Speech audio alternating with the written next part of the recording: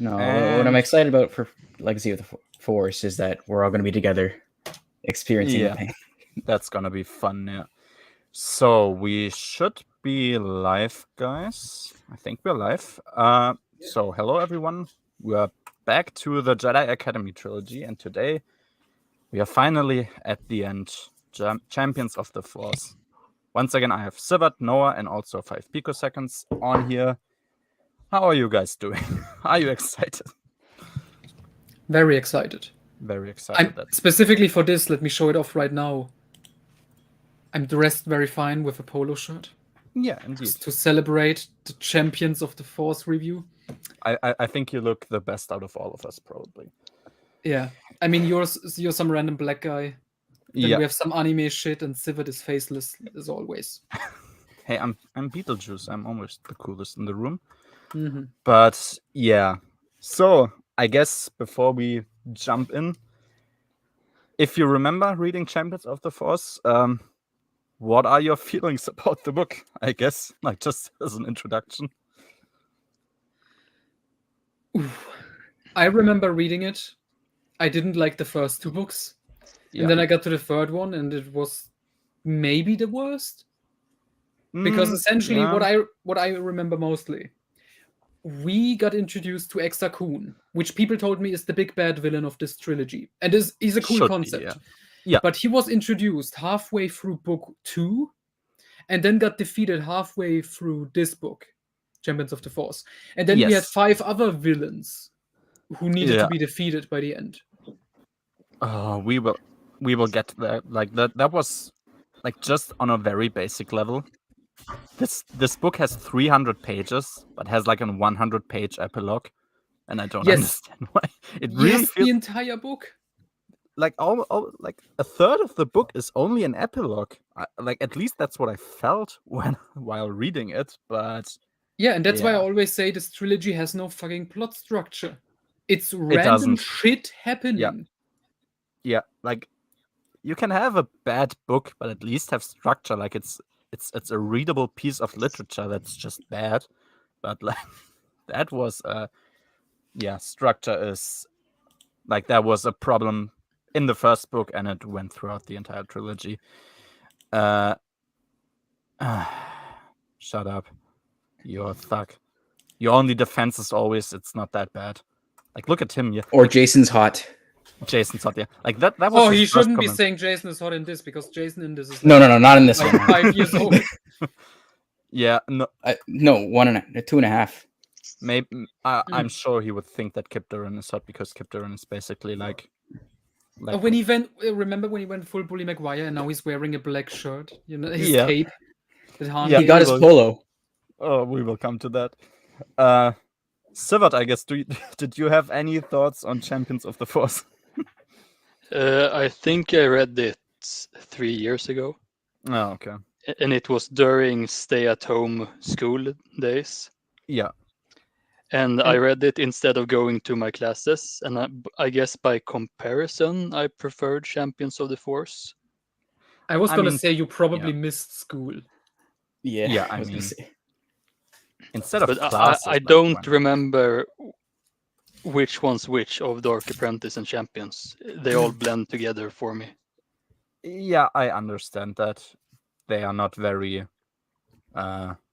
distinct. Like they're not very different. Which wouldn't even necessarily be a bad thing, but it's just all equally like. I think it's easy. Dark Apprentice is the space zoo, and Champions of the Force is like the dozens of villains who get defeated.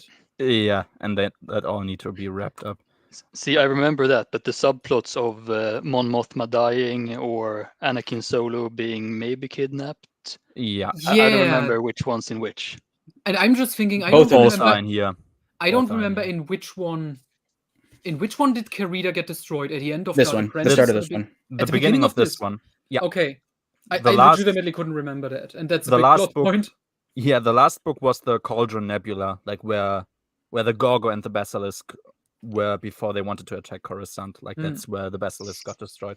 And yeah, we had a cliffhanger about what happened to Darla, but she of course survived. Aren't you excited to find out? Yay! More Darla. I'm excited for her in Death Star, that I have to admit. Yeah. Some men have a I bigger- remember that. I just thought she died when I first read it. Yeah, it's left open. She was like, supposed to die actually in this, and then the proofreaders are like, "We like Dala, bring her back." And then Kevin's like, "Yeah, that's a great idea." Who was the fucking proofreaders? Was it Matt? I have no. I think it's the same guys who thought that Mara needed to die in sacrifice. Like it's just some boogeymen who don't exist, but like people claim like, oh The yeah, there were mythical- these people who thought that was a good idea. The course weirdo you were people at you only Bantam. Yeah, some faceless people at Bantam, I guess. I mean, I think Super Stoney and Shelley Shapiro, I think. For a lot of good they have done, I think they also had some shitty takes. Like, I remember, I think it was Lucy Wilson, who was like the mother of the expanded universe in a way. I think she was the one who wanted the Leia Shizor romance. Oh, which Steve Perry sweethearts. shut down. Yeah, thank Yeah. God for that. No, yeah, okay. So yeah, I think it was really like these like higher ups, the people in charge. The ones that Perhaps. said that spice was supposed to be like a fruit juice mixer instead of a drug. Oh yeah, Kevin, that's a base Kevin. Yeah, moment. base He's like, take from Kevin. He actually was like, "No, it's a drug, obviously." and him literally saying some politically correct folk at Lucasfilm told me you can't make Han a drug dealer. This is Star Wars, and he's like, "What the fuck did you think spice is?" So they had to write George Lucas, and they needed George Lucas confirmation. Yes, of course it's a drug. Yeah, what the fuck else would it be? It was fun like spice because it's also literally translated into German like Gewürz, like the thing, of course, the spices you add to food, and it does read a bit weird. Like, what what did he farm? Like paprika or pepper? I don't know, but yeah, okay. Like obviously from the implications in the book, it's a drug.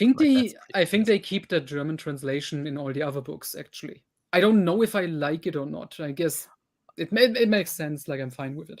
Oh no, like. We're gonna jump into the cover next, but please tell me that's not true. I'm actually thinking right now. She dresses as a feline in Unseen Queen. Oh, please I'm trying to remember if that's true. I know they do a lot of. Be. Yeah, I know Han and Leia do a lot of sexual cosplay in the Denningverse. So yeah. But why? I remember she cosplays in Invincible, but I don't remember. Yeah, she cosplays as a Kodru G from Crystal Star. and as a Twi'lek in Tatooine Ghost, and yeah, I'm pretty sure as a feline, it may have been Unseen Queen, it may have been somewhere in Legacy of the Force. Yeah, Denning has a fetish for Carrie Fisher in different alien costumes. Wonderful, splendid. I look forward to. Not just Carrie Fisher, 50-year-old Carrie Fisher. Yeah, I mean, I remember. Oh God. Book. Was she? Yeah. What? She does have actual like pheromones, like fake ones, and Han gets turned on at one point. Oh God. I guess. I mean, at least she uses it on her husband, I suppose. Weird. Yeah. So, Champions of the Force. Let's just quickly talk about the cover and the title. The title is basically identical in German, Die Meister der Macht. So, but it would rather like Masters of the Force. Masters of the Force, but yeah, sure. It refers to the first class of Luke's academy.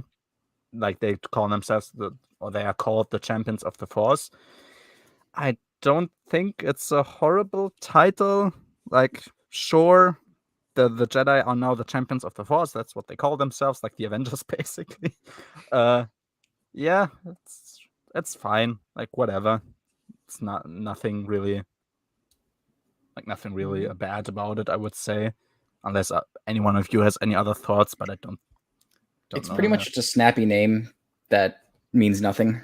Yeah, like this, like Sword of the Jedi, or yeah, like I feel like a lot of books could be called this, and not really sound weird. It's just a very nothing title, but yeah, not bad, not horrible, but also not particularly good. More accurate than Jedi Search.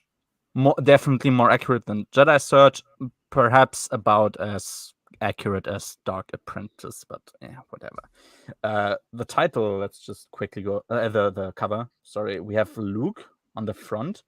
I think the pose is supposed to imitate a bit like his, like I feel like this is supposed we've seen a lot from Luke. I don't know if it's also on Dark Empire 1 that he has some pose like this, or in like a movie. Oh, that's his. That's from Return of the Jedi when From he Return of stands the like Jedi, that right. on the sail barge. I think. Yeah, I think that's right. Correct. His face. Something about his face is weird. He looks like That's always the case. He looks like he's been stung by bees a lot. I'm not sure. Like, it looks a bit weird. We see a Star Destroyer. I suppose it's the Gorgo, because it's really the only Star Destroyer that is referenced in the book. So I will assume it's the Gorgo. And on the back, we have 3PO, Chewie, Han, and Leia. I think they look good, actually. On the back? Yeah, on the I've like never on looked the at German. back. Yeah. Oh, they are on. Oh, the German one. They are on the front on the English. They're all on together. Yeah, and Oh wait, let's show it off for the viewers at home. do you have it like available? Yeah. Yep. Yeah, exactly. Like in the German version, like the book is split in half. Basically, only Luke and half of the champions of the Force are on the front, and Han, Leia, Chewie, and 3PO are on the back cover. I think they look fine. I actually sort of like Leia's outfit. Yeah, looks sort of nice. Han doesn't. Han looks fine. I also think probably 3PO looks the best. And yeah, Chewie is also a bit there, and I assume they are in the. Oh no, wait, it's where 3PO launches. Like 3PO launches an attack in this book. Perhaps he's sitting there because he's like the navigator or something. That might be where he's sitting right now. I think the most noteworthy thing about the cover is the first Jedi class. They are holding a purple and a yellow lightsaber on the cover, which is nice. Purple was Karanati, I think, right? I think Karanati had a purple lightsaber actually, but I'm not sure anymore. But pause. Try to find the names to those fucking silhouettes. Yeah, but obviously, but no, I think that looks actually fine. It looks pretty good. It doesn't make sense that the Star Destroyer is up there because they don't see the Gorgo in the book, but it looks cool. That cover would make more sense for fucking Darksaber. I'm not gonna spoil it, but there's a moment with that. Ah, okay. Famously. Oh yeah, Fabi also just sent me the fucking Feline Leia scene. Oh Jesus, did he put it on the Discord? It's in Swarm War, the third Darkness book.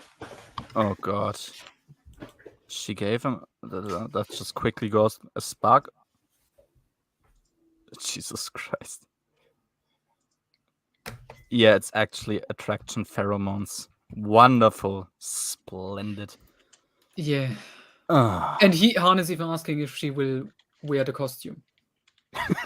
Because obviously, because we are in the Denningverse, you can look forward to that. If you bring back the slave Leia costume, I would understand it. That's just. But okay. We get Twi'lek Leia, Feline Leia, Kodruji Leia, which, by the way, Kodruji are dwarves with 4 arms. So Troy has some really weird fetishes. Why not? It's like I'm not even really against Han and Leia being horny for each other. It's just, why is it all over the place? Why does it keep happening? And also because so explicit. Like we don't need explicit. like fate. Like we can have fade to black scenes where they have like sex or something, whatever. Like no reason to be so specific. I don't know. Because Troy. You are, yeah. I'm sure you're like you have a masochistic side to yourself where you, like will post under every stream like it's not that bad, and I will just keep punching the books. It is that bad. Everything you have, like you just like being a contrarian. Okay, so let's just jump into the book, I think. So chapter 1. Yeah, chapter 1 immediately is where Kip flies to Corrida. I briefly wondered, like, because in the X-Wing books we had that fuel was a thing. We don't ever really get that in a lot of books. But then we like in the movies we didn't get that at all. But then in those books we got like, okay, fuel is a thing, obviously. And I just wondered, like, he seemed to travel very big distances, but I don't think he's been to a gas station. I'm not sure. Just a little thing. I wondered that's a thing here. But no, he Well, it's went. the Sun Crusher and it's OP, so maybe it doesn't need fuel. Quantum fuel. It's like the tank is also made of like quantum armor, so it doesn't need to be refilled. Probably, yeah. I mean, everyone else has noob starships, and he is the only one that's cool. Yeah, because it's made out of quantum. Quantum always sounds smarter. You have you have Kip threatening Fergan with the Sun Crusher. So he basically says that they are all a bunch of losers and need to listen to him. Like they are supposed to find his brother or like where his brother is, because apparently his brother is still alive. Or like, of course, he would assume that he is alive. I don't know. It sounded funny. I guess it sounded like bullying Maguire a bit. Like give me rent, get your rent. No, but yeah, it's fine. I guess. I mean, they have sort of committed now to make him an asshole who basically just wants to destroy. So they're gonna keep. Someone has to make a meme with this Quantum of Solace. Yeah, like Kip Duran is like Daniel Craig. The girl, I don't know, Dala or something. The Sun Crusher in the background. Like the explosion of, I don't know, Corrida or the Cauldron, the Cauldron Nebula. Who knows?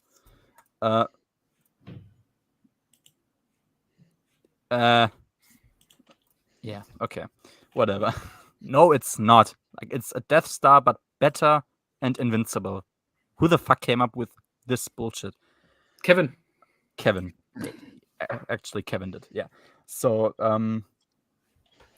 oh yeah, a little thing that I always love. Corrida also has a spy network in the New Republic, and they of course know everything that's happening about the Sun Crusher.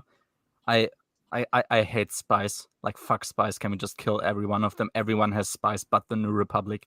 Like, they're the only ones who apparently can't perform any espionage, and like a single planet is able to infiltrate them. Whatever. Yeah. In this chapter, we actually get Zeth Duran, so Kip Duran's big brother.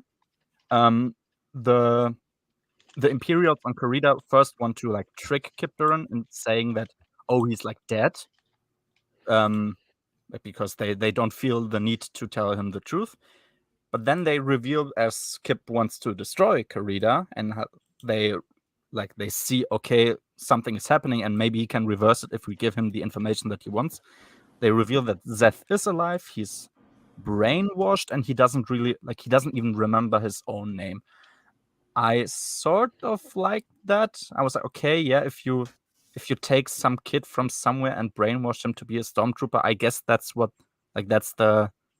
result you would get. Like a dude who can't even remember what his name was. Yeah, I guess that was sort of nice. So yeah, oh yeah, Kip has a weird pilot moment in which he destroys a laser himself by just flying against something. Like he just flies against a tower and destroys the laser with it. I don't know.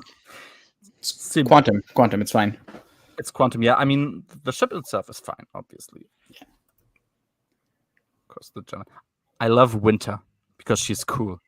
All of these spies, like everyone and their mama has spies in the New Republic. I hate it. Like it's in every book, and it's always like it's basically like plot armor. It's like, oh yeah, we don't have a way to get these villains to know something. Oh, they have spies, whatever. So Zeth dies. So Kip essentially wants to quickly, like he flies down with the Sun Crusher. He quickly wants to go there before the sun of the Corrida system explodes and destroys everything, and he's just barely too late. And Zeth dies. I said it's sort of like a bit of deserved irony to have Kip be the bane of his own existence and kill his brother. Felt like, yeah, that seems like something that would happen to him. But yeah, like I don't think I'm not sure how important Zeth is as a person to Kip later on. Also feel like this is a tragedy, but it won't really impact on how Kip will act in any way. I'm not sure what to expect there, but I guess I'll just wait and see on that. Wait, do you mind if we spoil you? Because I genuinely want to know. Sure, why not? Noah, is he brought up again? Because I can't remember it. Sefterin, his brother? Yes. Maybe once or twice. Yeah. I think he's mentioned in Darksaber, like when there's a little recap of Kip's history, but like I don't remember him being mentioned in like New Jedi Order, for example. So I guess he's Definitely not in New Jedi Order. Yeah, I guess he's mostly dropped. Wait, I can double check on Yeah. ever trustful Wikipedia. Yeah, that I would at least appreciate, because we get in other books, like for instance, iJedi, we get like Luke. Okay, that's great. That's great. So he appears in Champions of the Force, and then he gets mentioned once directly in Darksaber, and everything else is only an indirect mention. Indirect mention. Indirect, where Kip maybe it says something like, "Oh, he remembered the death of his brother at Carida," but his name and nothing else is mentioned. Simple Tricks, the short story, and then 3 New Jedi Order books: Dark Tide 2, Ruin, Dark Journey, and Enemy Lines 2, Rebel Stand. Indirect. Well, they mention that he destroyed Carida a few times. Oh yeah, so his brother isn't even mentioned, just Carida. So yeah, he's forgotten. Oh, no one cares. Like if they at least mentioned, okay, my brother, I would have liked it, but now it feels like, okay, it's a tragedy for one book and it will never get brought up again. Because I like he's mentioned by name once in Darksaber, so I guess that's it, in Kevin's other book. Other book. I mean, I suppose, yeah, sure. Like I like that Luke always sort of brings up Vader, like his death and what impact it has on him. And I would have liked if that would have been a thing, but hey, maybe it's gonna be meaningful in Darksaber. Who knows? Yeah, and we're like, that's basically a problem that we'll get. I wrote something about like the forgiveness of Kip. I think we'll just drop that until we reach the ending, because it's gonna be a topic there. So yeah, Han, Leia and the twins now reached Yavin. I am beyond annoyed that the twins go to Yavin 4, but whatever. They're gonna be a nice little part of the ending of the Exar Kun storyline, so just wait for that. But yeah, I thought it was a bit irresponsible to bring Jaina and Jason there, but like, especially if this was like a recent place where someone was murdered. Like, perhaps don't bring your little children, but okay, sure. But I liked, they were described as being very uncomfortable when they saw Luke's lifeless body. And I thought that was like nicely described. Like, yeah, okay, they're having a bit of a nice character moment in a trilogy that didn't really make them to be nice characters. I want to show some Kip Duran artwork. So this is him and the Sun Crusher. This is all it looks like a selfie. Like, oh my god, gonna fly today. Feel cute, might delete later. I don't know. Yeah, and I love that the Sun Crusher. I like how this is and I like how this is a drawing, but the background is just like photography. Like, it's from the movie, I think. Oh yeah. Oh yeah. Only the foregrounds. Yeah. An actual drawing. Yeah. I mean, why not? And now I want to show you how he apparently looks like in fucking with his black outfit on as Bully McGuire. This is him. He looks like Kylo Ren. Holy shit. Yeah, and now you're gonna see his his regular Jedi outfit. But yeah, this is his full-on black emo outfit. His regular Jedi one is so ridiculous. It's kind of fun, but I mean, I guess it's. He looks like a hobbit. It looks like now that you say it, yeah, fuck. I mean, I like the little New Republic symbol. I think it is, or I'm not sure. I don't see it like on. I think that's actually the outfit he's wearing up until at least in New Jedi Order, because in the Invasion comics, I think he's still wearing this. Okay, I mean, it's unique, I guess, but yeah, he has a purple lightsaber too. Okay. Is that like his dual phase lightsaber? Does he keep that? I don't fucking know. The fuck is a dual phase lightsaber? Yeah, that's the thing that Kip Duran builds, like that, where his lightsaber can get longer and like stronger and something. That's the thing that he. Yeah, didn't know that. Like, that's gonna be something. I knew. Okay, I I thought you were. Well, you're gonna learn about it in iJedi because it shows up again. That's good to know. Convenient. It does look like convenient parking. Yeah, the one, the other drawing there. Yeah, I'm sure you're Kip there, and I mean he doesn't have a Darth name, so you don't fully sim for him like you do for Kaidos, but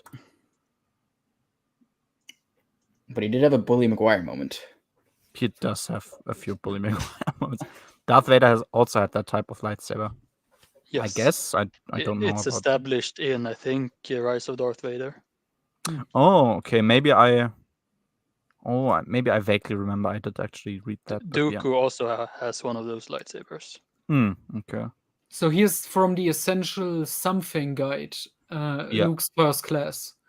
I recognize 4 of these characters. I mean, I don't know who the woman... is it Tion? Kiranity is obvious in the middle. Kiranity is obvious. The one in the back, is that Streen? I think that's Streen, and then we have obviously Kip. Streen. And then we have Luke. Kip, obviously. Luke, he looks also a bit old. And I don't know who the woman in the... I don't think it is Tion, because doesn't Tion also have white or gray hair or something? Yeah. So I don't think it would be... Or let's say it shouldn't be Tion, but it might actually be. They might have thought of her when doing that, yeah. Wait, is Streen described to look like that? I don't know if Streen is really described a lot. We have official artwork for Streen. Let me pull it up. Yeah, but is he described to have a stupid helmet like that? I think it is. I don't remember. I wouldn't remember, to be honest. Yeah, perhaps he was, but I don't remember if he was. I think, because every artwork, I just googled Streen, and every artwork of him I see, he's wearing a helmet. Yeah. This one is interesting from... I don't know, also an essential guide to something. Let me share quick. He's also wearing a helmet, and he's holding a sniper rifle or something. I suppose it's what he uses on Bespin, to... Perhaps he has trouble watching things at Bespin because it's so far up in the sky, and that's to protect his eyes. I guess I wouldn't know, to be honest, what this helmet is supposed to do otherwise. Yeah, but that might be his look, from being a gas miner on Bespin. That's the only thing I could think of, really. Let me look it up. Let me double check. The age gap between... I don't know if Tion... I think... Yeah, I don't think her age is established, but I guessed her in late 20s. I would also assume that from her. I would... So yeah, let's say the age difference is about 30 to 35 years. Might be, yeah. Might be. I mean, it's not the ugliest helmet, sure, I guess. Yeah. Okay, chapter 2. Leia is angry with the students because they bring up all of their mistakes and they basically seem like they want to quit. They're sort of uncomfortable with being there. And Leia gets angry, and I sort of understand. She's like, oh, you can't give up. This is a trial for you. If you want to be a Jedi, it's going to be very tough for you, and you're going to have to push through. But I sort of understand them because, Exar Kun is still there, and they still don't really know who he, how to actually find him. Or why they're even still on the planet.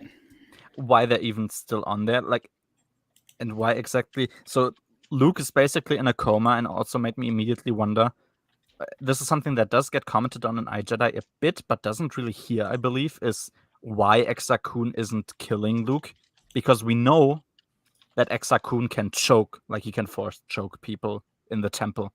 And Luke is incapacitated, so why wouldn't he just choke Luke? Don't know. Luke seems obviously to be his enemy, and they're gonna have a whole lot of dialogue throughout this book, at least throughout the beginning of the book. And made me wonder, okay, if he can interact with people, why doesn't he just kill him? I don't know. I don't think there's an answer for it in this book, at least. iJedi does have an answer, sort of, but it's not gonna get brought up here, I believe. Tion doesn't have a birth date.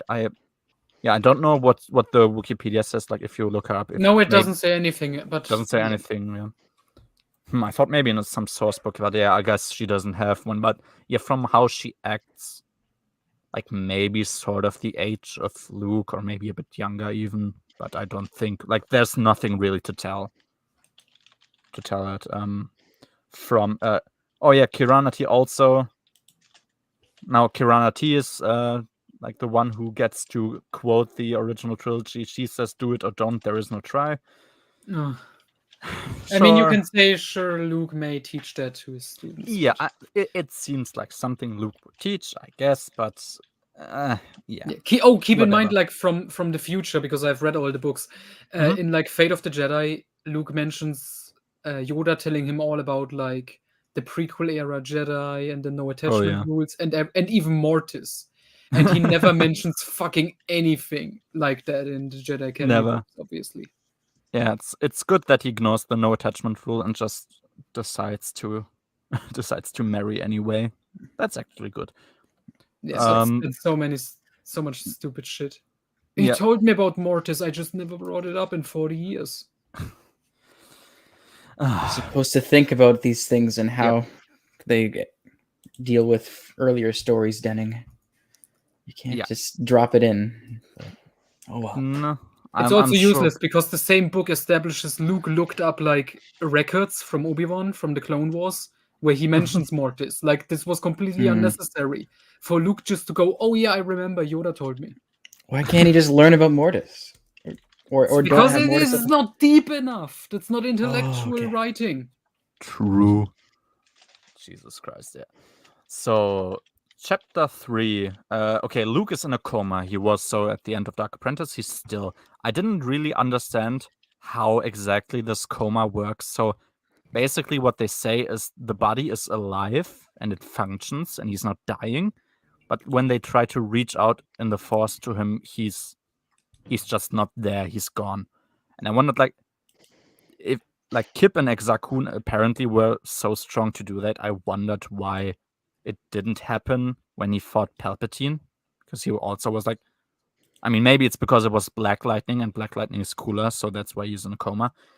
But he wasn't in a coma against Palpatine, and I didn't quite understand how that works, and I don't think it's really supposed to be important. But yeah, he's in a coma now. He's gonna walk around a bit and talk to people.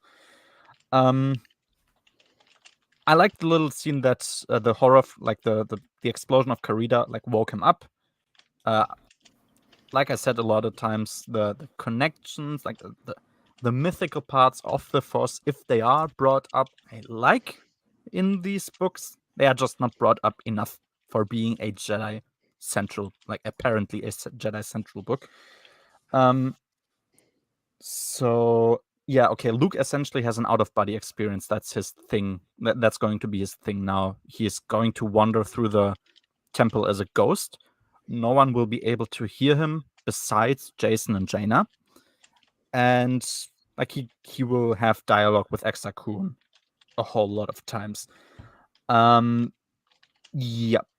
Chapter 4. Let's just go further. So okay, we have that's also from the last book. We still have the siege of the Maw installation. So Chewie and Wedge are attacking the Maw installation, and Chewie is very adamant about being successful. Obviously, because there's Wookiee slaves still in the Maw installation. He knew that from his capture there. I like that. I do like that Chewie gets something to do separately. I would have appreciated it in a different book because it doesn't have anything to do with Jedi Academy trilogy, but I like that he has something else to do besides being at the side of Han. Quick, because I'm looking up stuff on Wikipedia. I'm looking at the Children of the Jedi novel, and it mentions contradictions between Children of the Jedi and Champions of the Force. So apparently, Children of the Jedi claims Luke Skywalker was the one to destroy the Sun Crusher. And also, Luke felt the destruction of Karida through the Force, while in Champions of the Force, he was unconscious at that time. Yeah, I mean, he was a Force ghost, and as far as I also understood it, he felt it, but it wasn't actually like Luke, the body, was unconscious. That's true, yeah.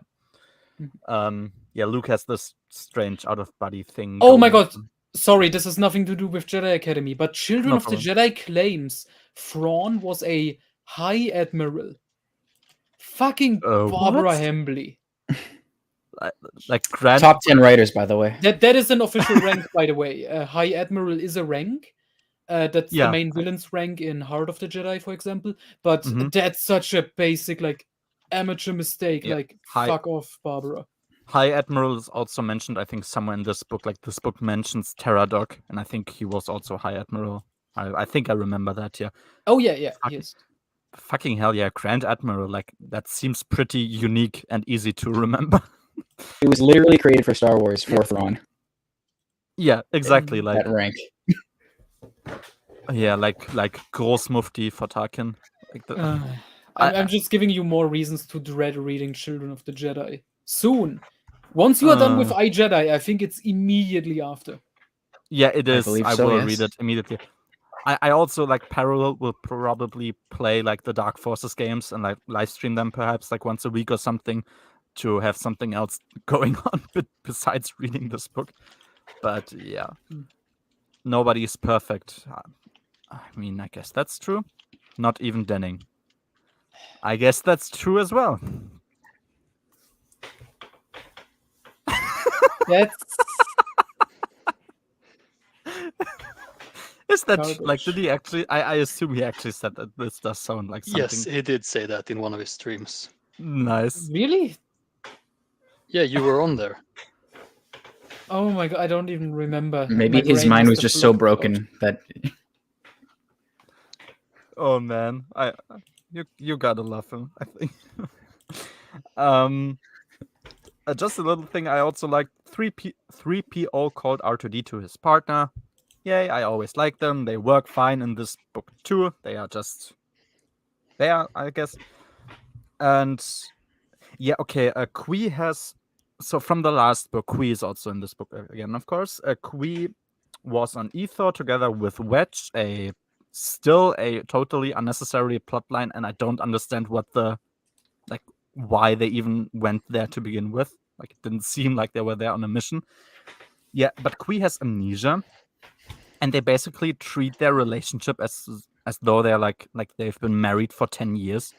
When, like, how long have they been together? Like, maybe for a week or something? Because doesn't Champions of the Force immediately take place after Dark Yeah. Empire? After Dark Apprentice? They I really believe Dark Apprentice is about 2 weeks, so it's probably been about 3 weeks for the relationship at this point. Yeah, but they, like, imagine you have a girlfriend for 3 weeks.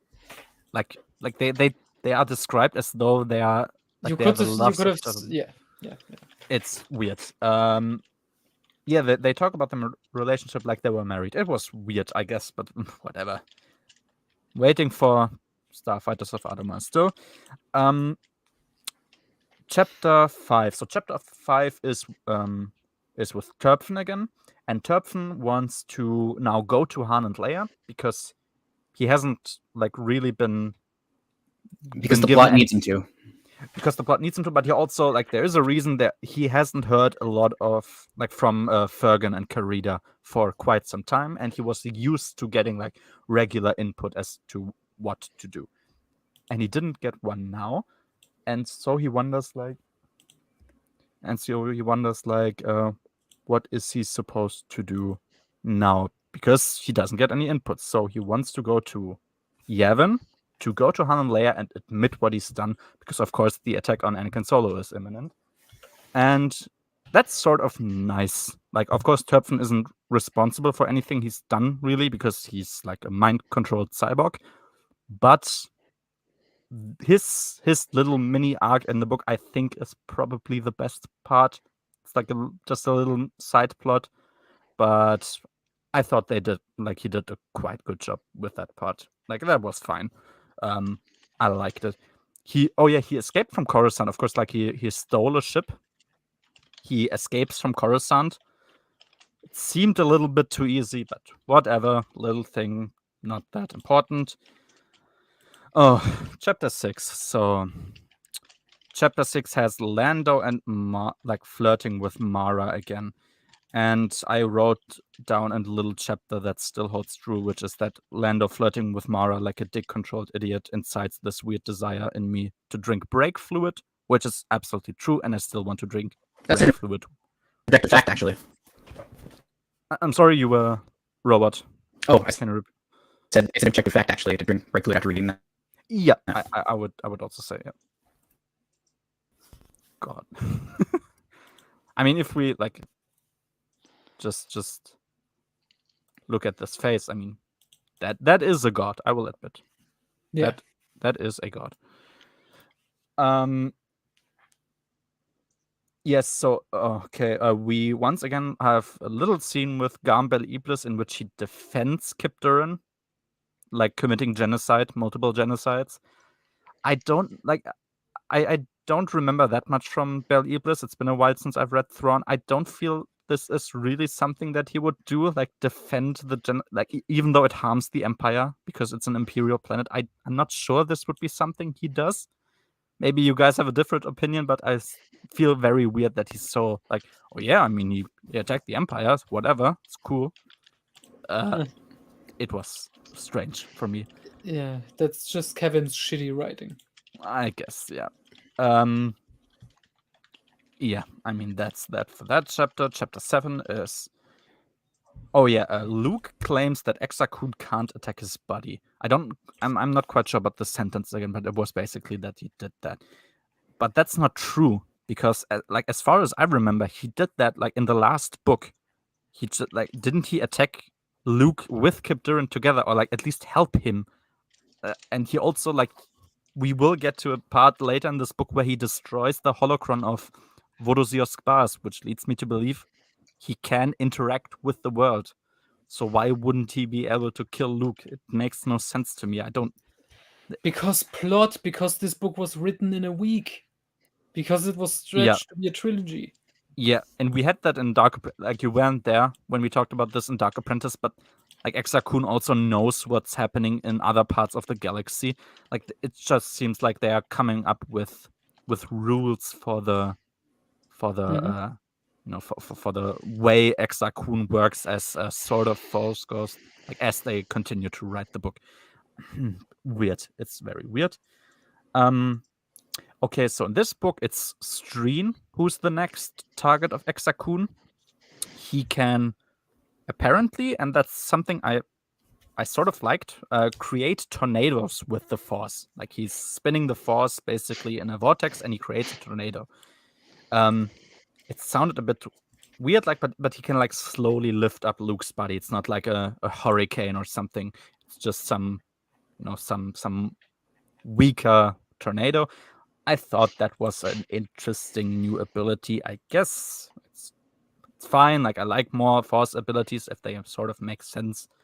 But so okay, yeah. And someone says I haven't written down who said it, but someone said we need to kill the Dark Man before he kills us all. And I just want to. You can go.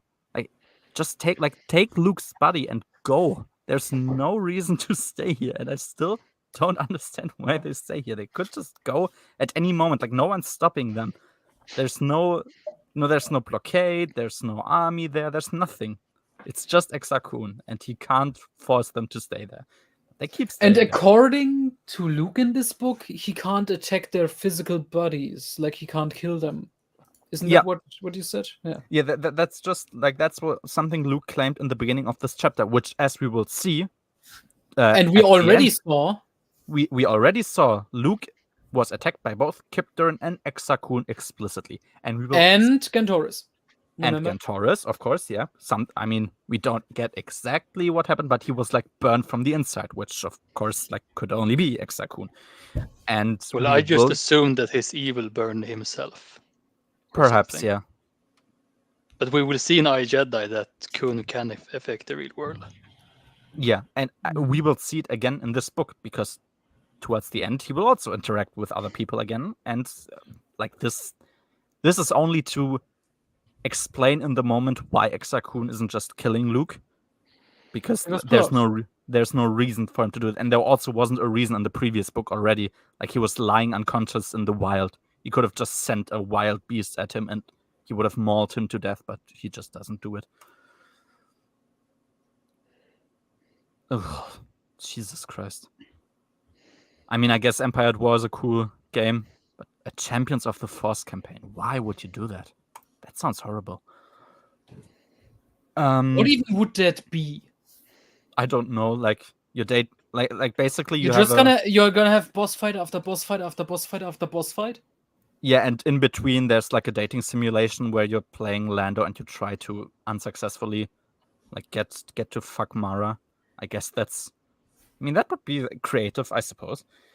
Yeah. Okay. So, Chapter 8, Champions of the Force. So we get introduced to someone we had in the previous book already, and now he gets to have like a part, which is Sivron. So Sivron is one of the scientists which were left behind by Dala in the Maw installation. They have a prototype of the Death Star, and he has 4 like they basically have like a council or something. They have someone who researches artillery, which by her own admission is futile because all of the calculations are useless in the Maw, because like the Maw has the black holes going on and it's like destroying all sorts of measurements or something, which makes me wonder why she's even there in the first place if she legit cannot do a successful job. I don't know. No reason. We have a leader, like someone who leads the department for the archives and legal affairs. I don't know why a secret lab in the middle of nowhere with no contact to the outside world would have a legal department.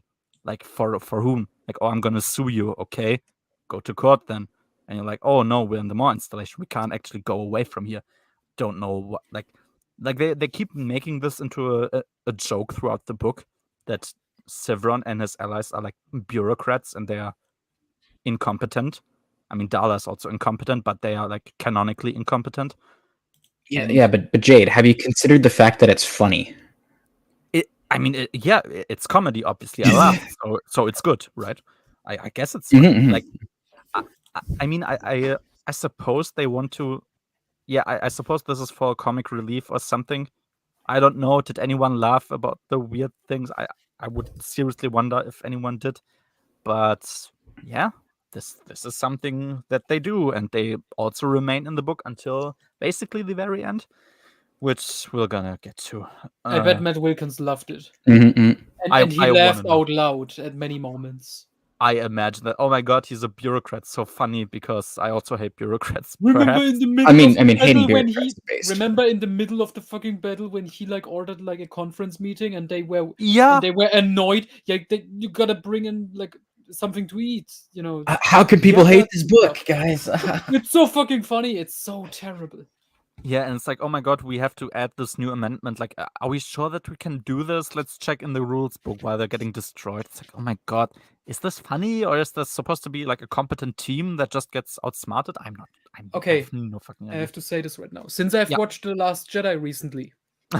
Yeah, we remember.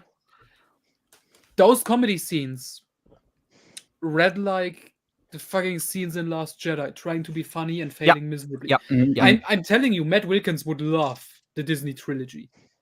I've seen it now completely. It has everything in it that Matt Wilkins fucking loves. He probably just doesn't like it because it retconned the EU and no other reason. If it was EU, he would love it because it has all the fucking terrible storytelling that he enjoys.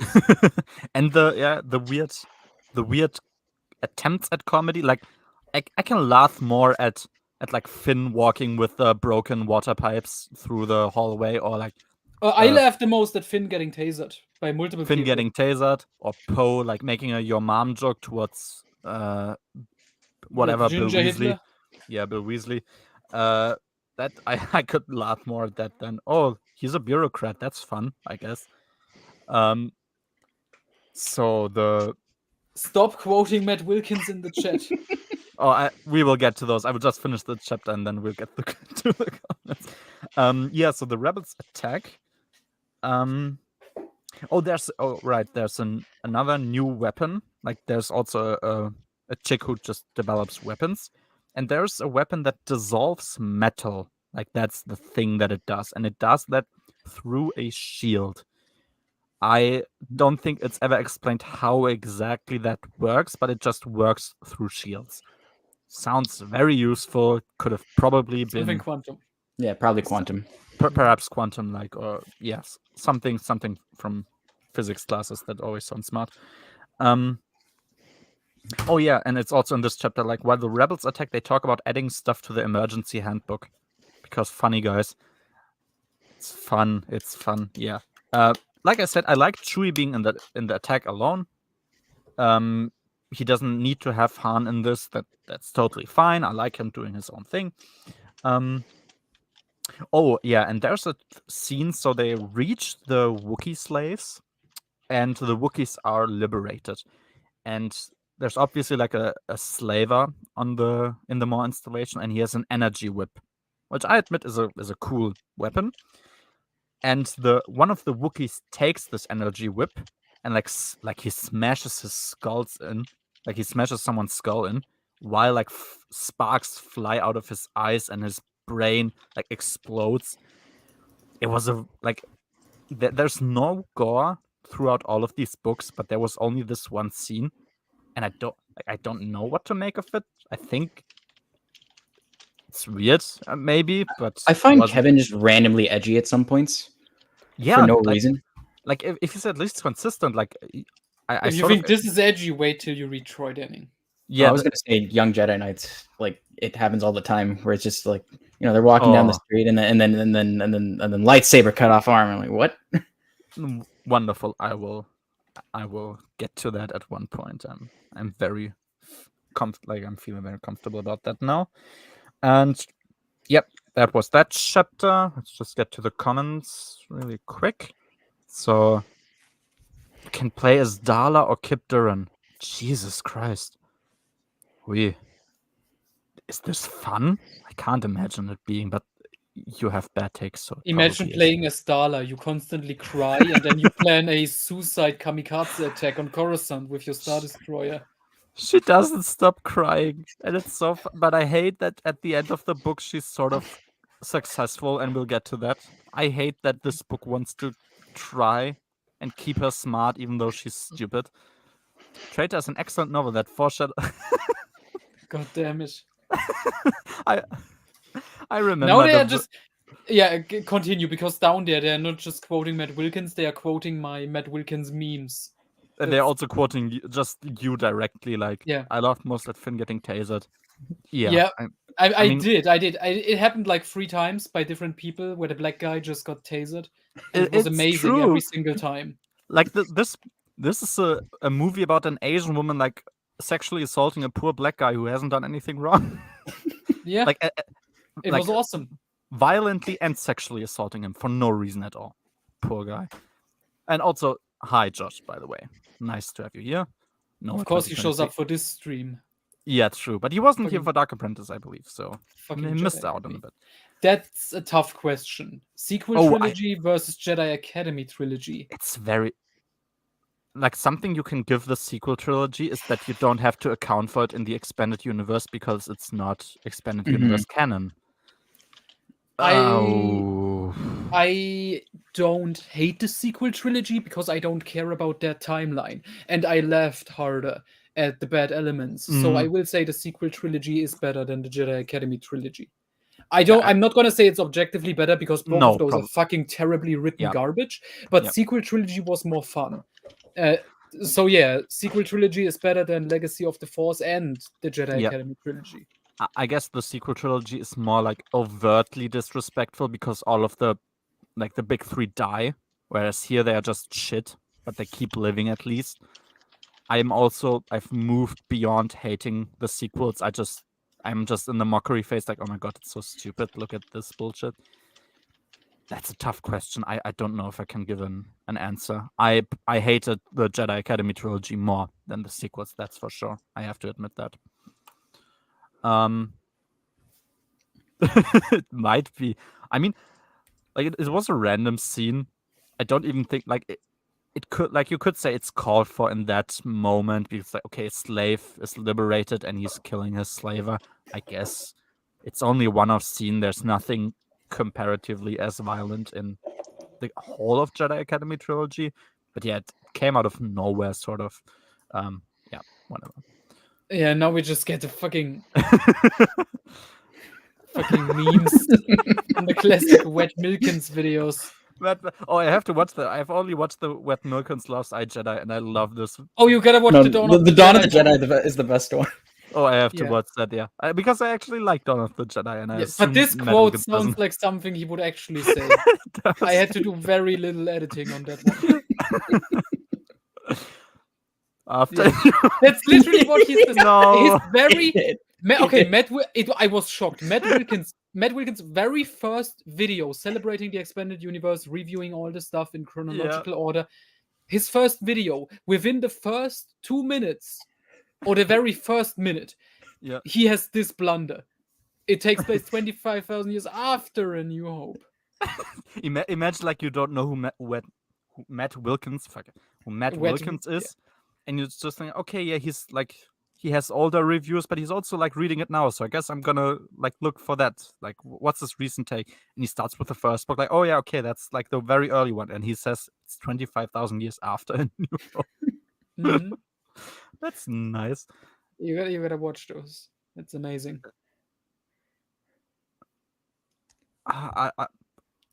Congratulations, I guess. I mean, isn't Corellia, like, doesn't the dictate of Corellia still exist, and it's still an Imperial planet? Or am I guess Darla would attack other Imperials now. I mean, it's a game, whatever. Okay, Sivert, stop it. He and Joshua just keep quoting the fucking parody video. Okay, can we watch it on stream? We can. When we have time. Like, we gotta do the Dawn of the Jedi one and the Knight Errant one. Oh yeah, sure. Would you be fine if we finish the review and we watch it in the end? Like, we're gonna move quicker. Okay, if it's okay. But we can watch. Can we get this? Can we get the review done within like the next hour and then just jump into the video? Because it depends on how good we're at derailing the stream. I will try. Like, we have been more focused in the last stream because it was the same time, but it was another short story edit, so we were quicker. I will try if I keep writing quotes, we're gonna be here for a while. Then stop writing quotes. You started this.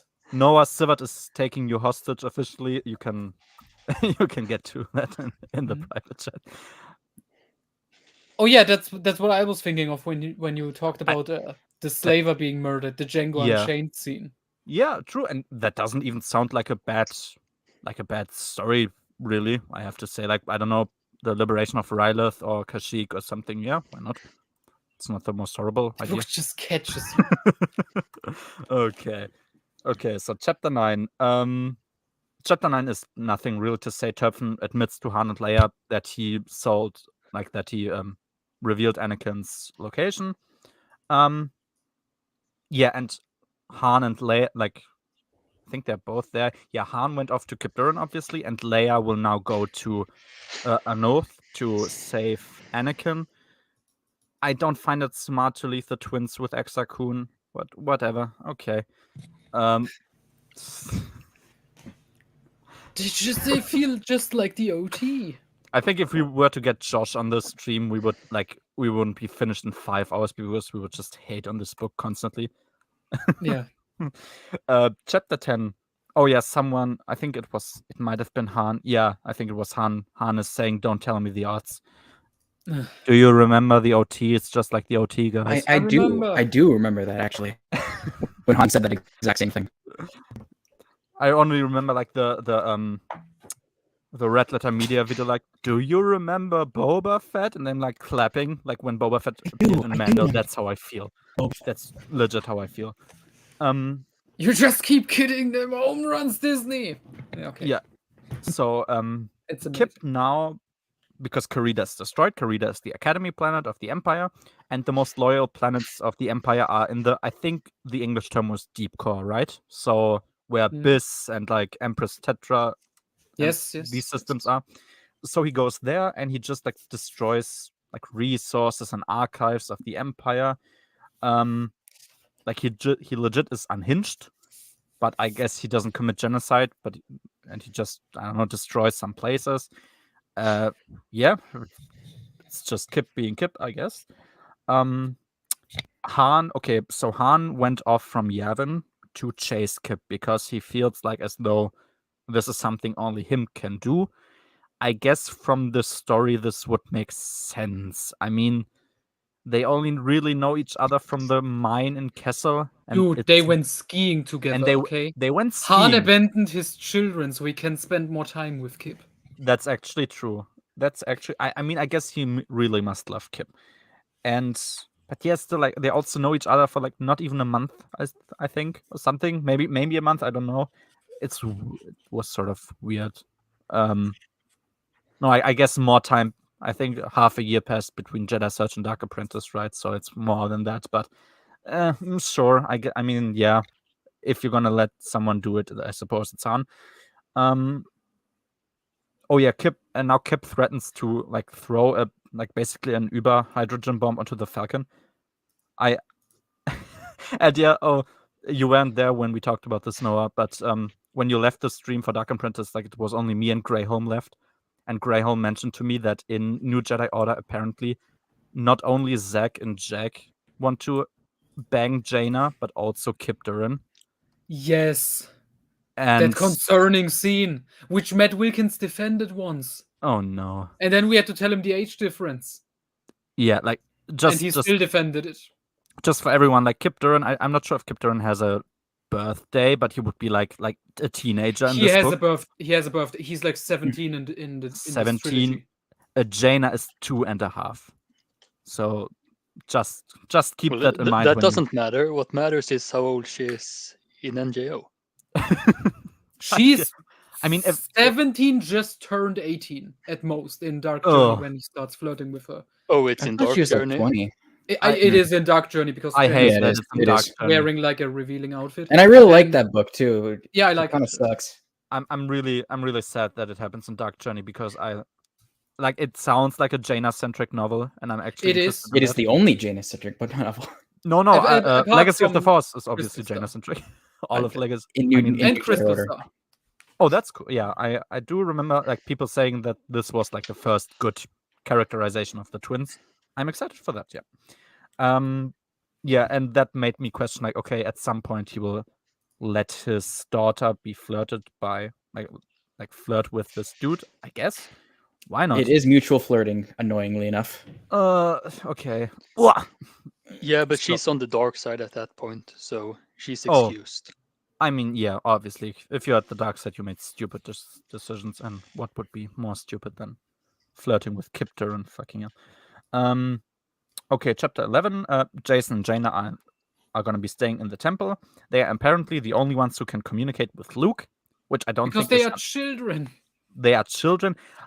I didn't know if the book I don't remember if the book delivered any explanation why they are. Because I guess are kids. They are kids. Maybe because they have the biggest potential in the Force. That's the only thing I could really come up with. And Luke's like in this weird Force limbo.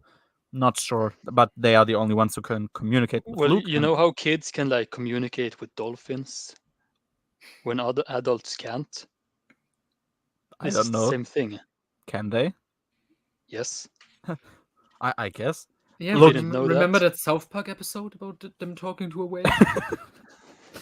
I mean, if we're gonna make South Park canon to the expanded universe, I'm down for that. Oh yeah, look, fucking Josh and Fabi having the same. They were kids. Yeah, I mean, you're clearly below Josh. That's obvious. Yeah, Streen.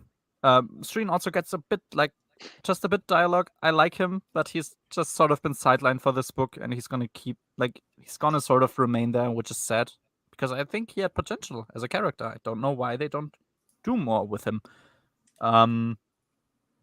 Yeah, Luke. Okay, yeah, Luke has his first discussion with Exar Kun, and he tells him that he was sort of lured to the dark side, which to me implies that he didn't fall, like that he didn't fall to the dark side. He was just lured by it. I'm not sure. Maybe I'm just overthinking this, but it felt weird to do it because so far the books did a pretty good job, I would say, connecting to Dark Empire, and that felt a bit like, no, you did fall. It sounded a bit like questioning but whatever. It's just a little thing. Oh, yeah, and we get something else. So Exakun in the forest of Yavin, he has like weird dark side Sith monsters, like some reptiles, and he orders them to attack Luke. And Luke, of course, notices that. No other apprentices notice it at the time because they're all asleep and Luke can't talk to them. So he goes to Jason and he orders Jason to attack the reptiles to keep them from killing him. And that definitely ties into Legacy of the Force. I mean, obviously, it perfectly sets up his downfall. Yeah, I mean, sure, this was his first taste of murder, but this does not feel like. I mean, I guess sure. What else are you gonna do at that point? But it felt weird to me that Luke would send his toddler nephew to fight big evil reptiles. I don't know. It felt weird to me, especially there was this scene, and I guess Luke basically took over the body of Jason because the other, like Jaina, is sent off to like wake everyone up and go to the room to Luke. And when they all go into the room, they see like Jason like jumping around and rolling around and handling a lightsaber like as a master would, basically. That's how it's described. So it seems to be that Luke took control over his body. I guess, sure. It read weird, like imagining if you imagine how a 2.5-year-old kid looks, and imagining him like rolling around, swinging a lightsaber. Don't know, sounds weird. Yeah, and that's really it. Oh, and there was also like a little bit KJA edgy scene where Silgal grabs one of these creatures by the neck and just snaps in his neck with one hand. That was surprising. I didn't know Silgal had it in her. I guess that's. I mean, why not? She snapped the neck. It's an evil force creature, whatever. Yeah. So the next chapter, or at some point I mixed up the chapters. I think chapter 12 is the next one. So Fergan now attacks Unorth. That's obviously something that was set up at the end of Dark Apprentice. He doesn't know. So obviously they reach the planet and they're like, hey, we don't really know where the hideout is. Like they're just gonna search basically. Which made me wonder because Turpin had like a locator on the ship of Akbar. I mean, perhaps he parked it outside somewhere where you don't know where it is, but it made me wonder, like, it's obviously gonna be where the ship is. But yeah, it's immediately like played off anyway. They make like a scan of the whole planet. They're like, okay, there's only 2 people there or something. That's where the hideout is gonna be, and so they attack. They developed like Karida also developed a new weapon as well. I'm not sure what the English term is. In German they're called AGT-ATs. So like I think they're like basically AT-ATs like spiders. Like I think they have 8 legs with like with more mobility, with more flexibility in them. I like that actually. That sounded interesting. So they're used to like climb up basically mountains or like uneven terrain. That was nice, I guess. It seemed very easy for them to find the bunker. Whatever, they found it. And yeah. Oh yeah, apparently, yeah, Fergan wants to go down there with them. And like it's obvious that his officers don't respect him. Which is weird. I hope that Fergan at least, like he's an asshole, but at least he's somewhat competent. But no, he's also just an idiot. Sure, I guess. Students were all asleep. Luke was asleep. I guess we can't fault Legacy of the Force for narcolepsy. Yeah, Luke is constantly sleeping in that book series. Wonderful. I remember that from your beatdowns. That was something that happens. It's a running gag. Wonderful. I mean, yeah, his students were asleep, but he couldn't wake them up himself. That's the point, obviously. Only Jason and Jaina can, because they are the only ones who can communicate with him. So Jaina wakes them up. Oh, that's cool, I guess. I mean, I guess that's a nice connection. Oh. I just found the pictures of Kevin J. Anderson, aka Joss Whedon in the second one. True, right? Yeah. He looks so nice. What went wrong? I don't with his novels, because like we said, Yeah. YA stuff and comics, it's like okay, fine. The Like not comics are all They get Firestorm. reined in and can't Yeah. shove anything. Yeah. I mean, and Firestorm was excellent. I will be honest. Firestorm is an excellent short story. Yeah, Young Jedi Knights, Tales of the Jedi, Redemption, especially.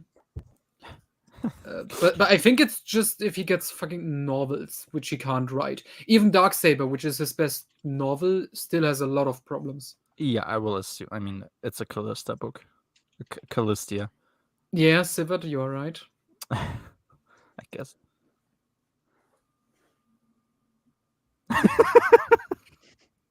I mean, it's not wrong.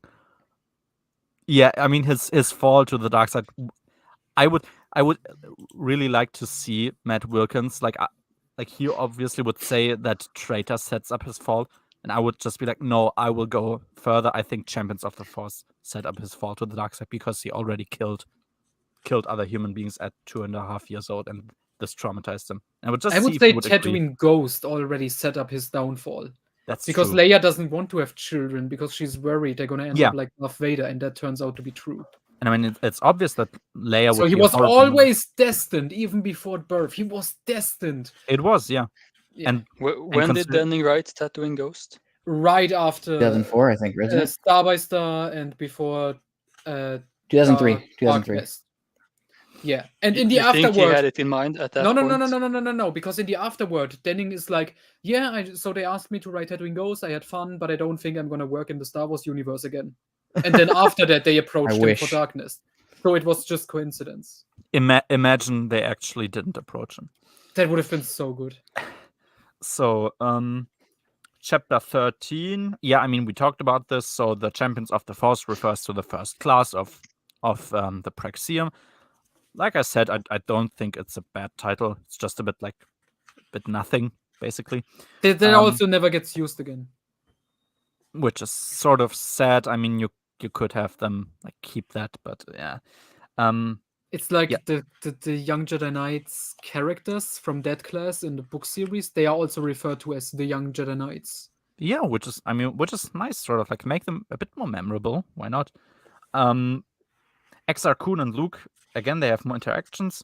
I would have liked for them to have more interactions, like about Tales of the Jedi, basically. Like maybe Luke already has some knowledge about it because Tion is in the academy and she knows like all the ballads and the songs and whatnot. And maybe they could, like, because he did, there are connections between that and Tales of the Jedi, obviously, like throughout the books. That would have been nice, but we don't have that. It's a bit sad. Oh yeah, and Exar Kun. Now Exar Kun is the next one to quote the original trilogy. He basically like quotes the Emperor quote from Return of the Jedi, or like your trust in your friends is going to be your downfall, like something. Obviously, Sith, evil, quote. Yeah, remember. I mean, they are obviously the same, I guess. Exar Kun is so terrible in this trilogy, and he was so good sad. in Tales of the Jedi. He was really like, I liked him in Tales of the Jedi, and that's what I read before that. So I'm like, oh yeah, well, Exar Kun, he sounds cool. Like, well, I think he even was the first one to have a double-bladed lightsaber in Star Wars, so I like that. But yeah, and yeah, at that time I saw potential in how the Champions of the Force would defeat Exar Kun with the power of friendship. Basically, with the power of friendship. They circle him and then like snap together. Yeah, like they. And yeah, it wasn't the worst scene. It just wasn't set up at all. Like it was very sudden. Yeah. I mean, Darth Vader's cool. So you're right. I mean, you said Jason. I assume you mean Kaidos. I mean, Vader's cool. So you're right. I would say just obviously Jedi Prince is the key to everything. In a book Trioculus. The hero we needed. that we didn't deserve, but we needed him. Yeah. Hey, what's that over there? Is that the script? That's what Luke would have said to Exar Kun after he quoted. We have quotes throughout this, like, and to be fair, Jedi also does this, but it feels a bit more earned when like something meaningful happens before that, and it's just not like, oh, remember this line? The only good one in this trilogy I can think of is when Luke is the goofy uncle and like he's lifting up Jason and he's doing a Yoda impression, and it's like that is fun. That is a very nice scene. I love that. Yeah, Jason is. Well, I know at that. least there aren't any book titles being quoted in this. I suppose. Yeah. I mean, Courtship of Princess Leia. Yeah, and the truth. Oh my god! Imagine Kevin had knowledge Children of the Jedi was coming out, so he references that. Ooh. Jesus Christ. Yeah, that sounds painful. That's a shame. I know that Jason is Kaitis, I mean, obviously, but I would say they are a bit different in characterization. I mean, the same way that Anakin and Vader would be, somewhat at least. So, wait. Chapter 14 is the next one. So, chapter 14 was literally 3 pages. Yeah, that was funny. The Champions of the Force is like 10 pages or something shorter than Dark Apprentice, but it has 10 more chapters. That was fun, I guess. That's why we have chapters which are literally just 3 pages. So they trick Kip Durran to override, like Han and Lando, obviously they're together on the Falcon, and they want to trick Kip Durran to override the Sun Crusher, basically, because if you remember in Dark Apprentice, it was like they somewhat had control over the Sun Crusher because the Sun Crusher wasn't able to fly itself. So like they had this joint, the joint navigation thing, and they still have the codes from that. I accept that. That's fine. And they try to override the Sun Crusher again to, to pull like the control from Kip. And that works for like a brief moment. And Han and Kip like have a very like heart-to-heart conversation. Like, oh, remember, like you were so nice and you wanted to do all of this, and now you're Remember when we went skiing? That was lit. Yeah, I think he legit says, remember when we went skiing? I think that's actually something he does say. And Kip is like Kip seems very close. Like he seems very close to stopping. But then he sees that his controls were overwritten. He's angry, like he's very pissed off. And then he does something with the Force. Like apparently he goes with his mind into the controls of the Sun Crusher. He sees what the outside influence is. He overrides the overriding, so it's basically back to 0, and he has control over the Sun Crusher again. That sounds so stupid. Like it sounded stupid while explaining it right now. Why would you be able to counter hacking with the Force? Well, because some Force users have connection to technology. I guess. I mean, that's what this book somewhat applies. He's super strong. And it will be directly stated in later books. I mean, if they do something smart with it, perhaps. But in this book, it was legit just, oh yeah, he can do that. Like if it would have been explained more, like okay, this is something that can happen. Like a bit more context to it, I would have maybe accepted it. But it sounded a bit weird, just a tiny bit. But it's clear there was some foreshadowing. I'm not sure what you referenced. Do you mean Jason's fall? Probably. Perhaps. Can we just not talk about that? Yeah, I agree. But by the way, am I the only one who would have preferred if Han was the one who snapped Kip out of it? Yes. I wanted that too. It would make sense. Because if you're gonna establish their connection and have stupid chapters about them skiing together, at least give it a proper payoff.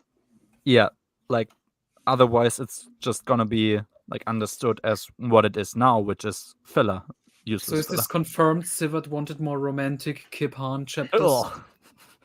Imagine. That's what we needed. I'm surprised that's not in here because Kevin needed to stretch this out so much. I'm sure there's some fan fiction about that. And I guess the problem is if you're gonna do that, then you will establish that Kip has agency, and then you can't forgive him. That makes sense. Yeah. Yeah. Oh, we'll come to that. We will definitely come to that. You'd have to be a writer to actually write that in. Sort of.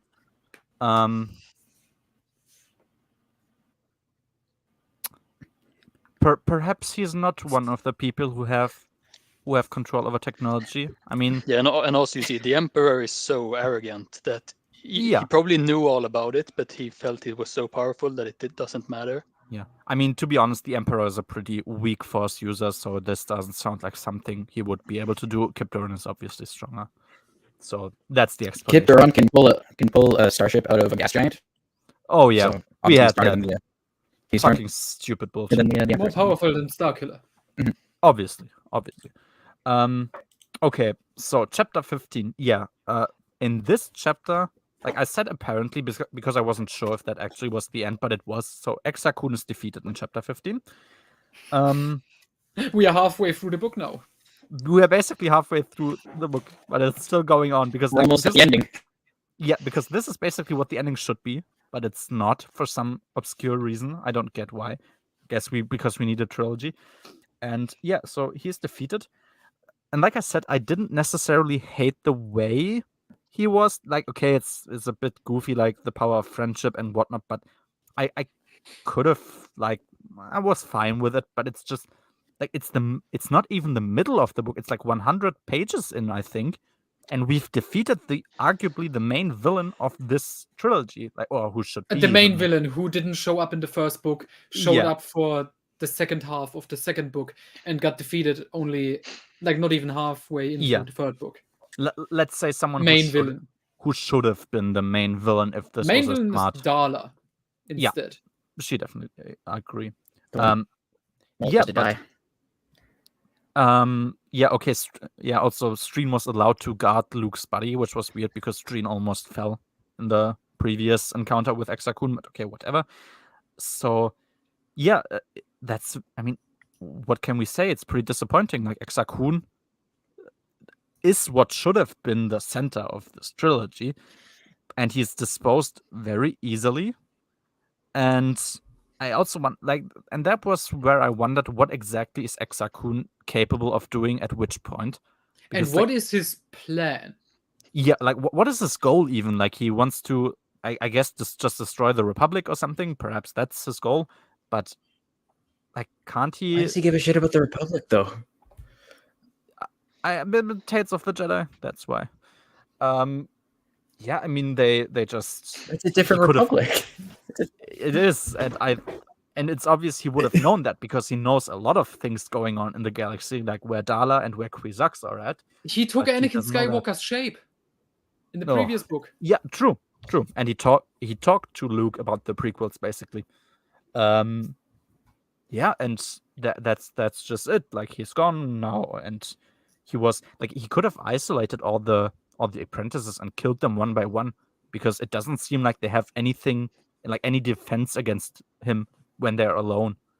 But he doesn't, and now he's defeated. Oh, Fabi just- has an idea in the comments what Exakun's goal may be.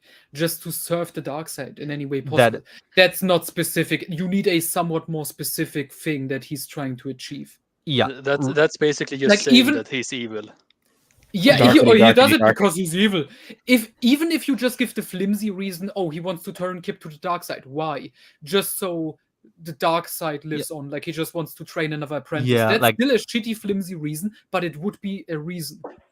Does he want to have revenge on, like, that, just the Jedi as a concept? If so, all the Jedi that exist there are on the planet. Like, if you kill Luke and Kamsulusa, perhaps, like, the Jedi are dead.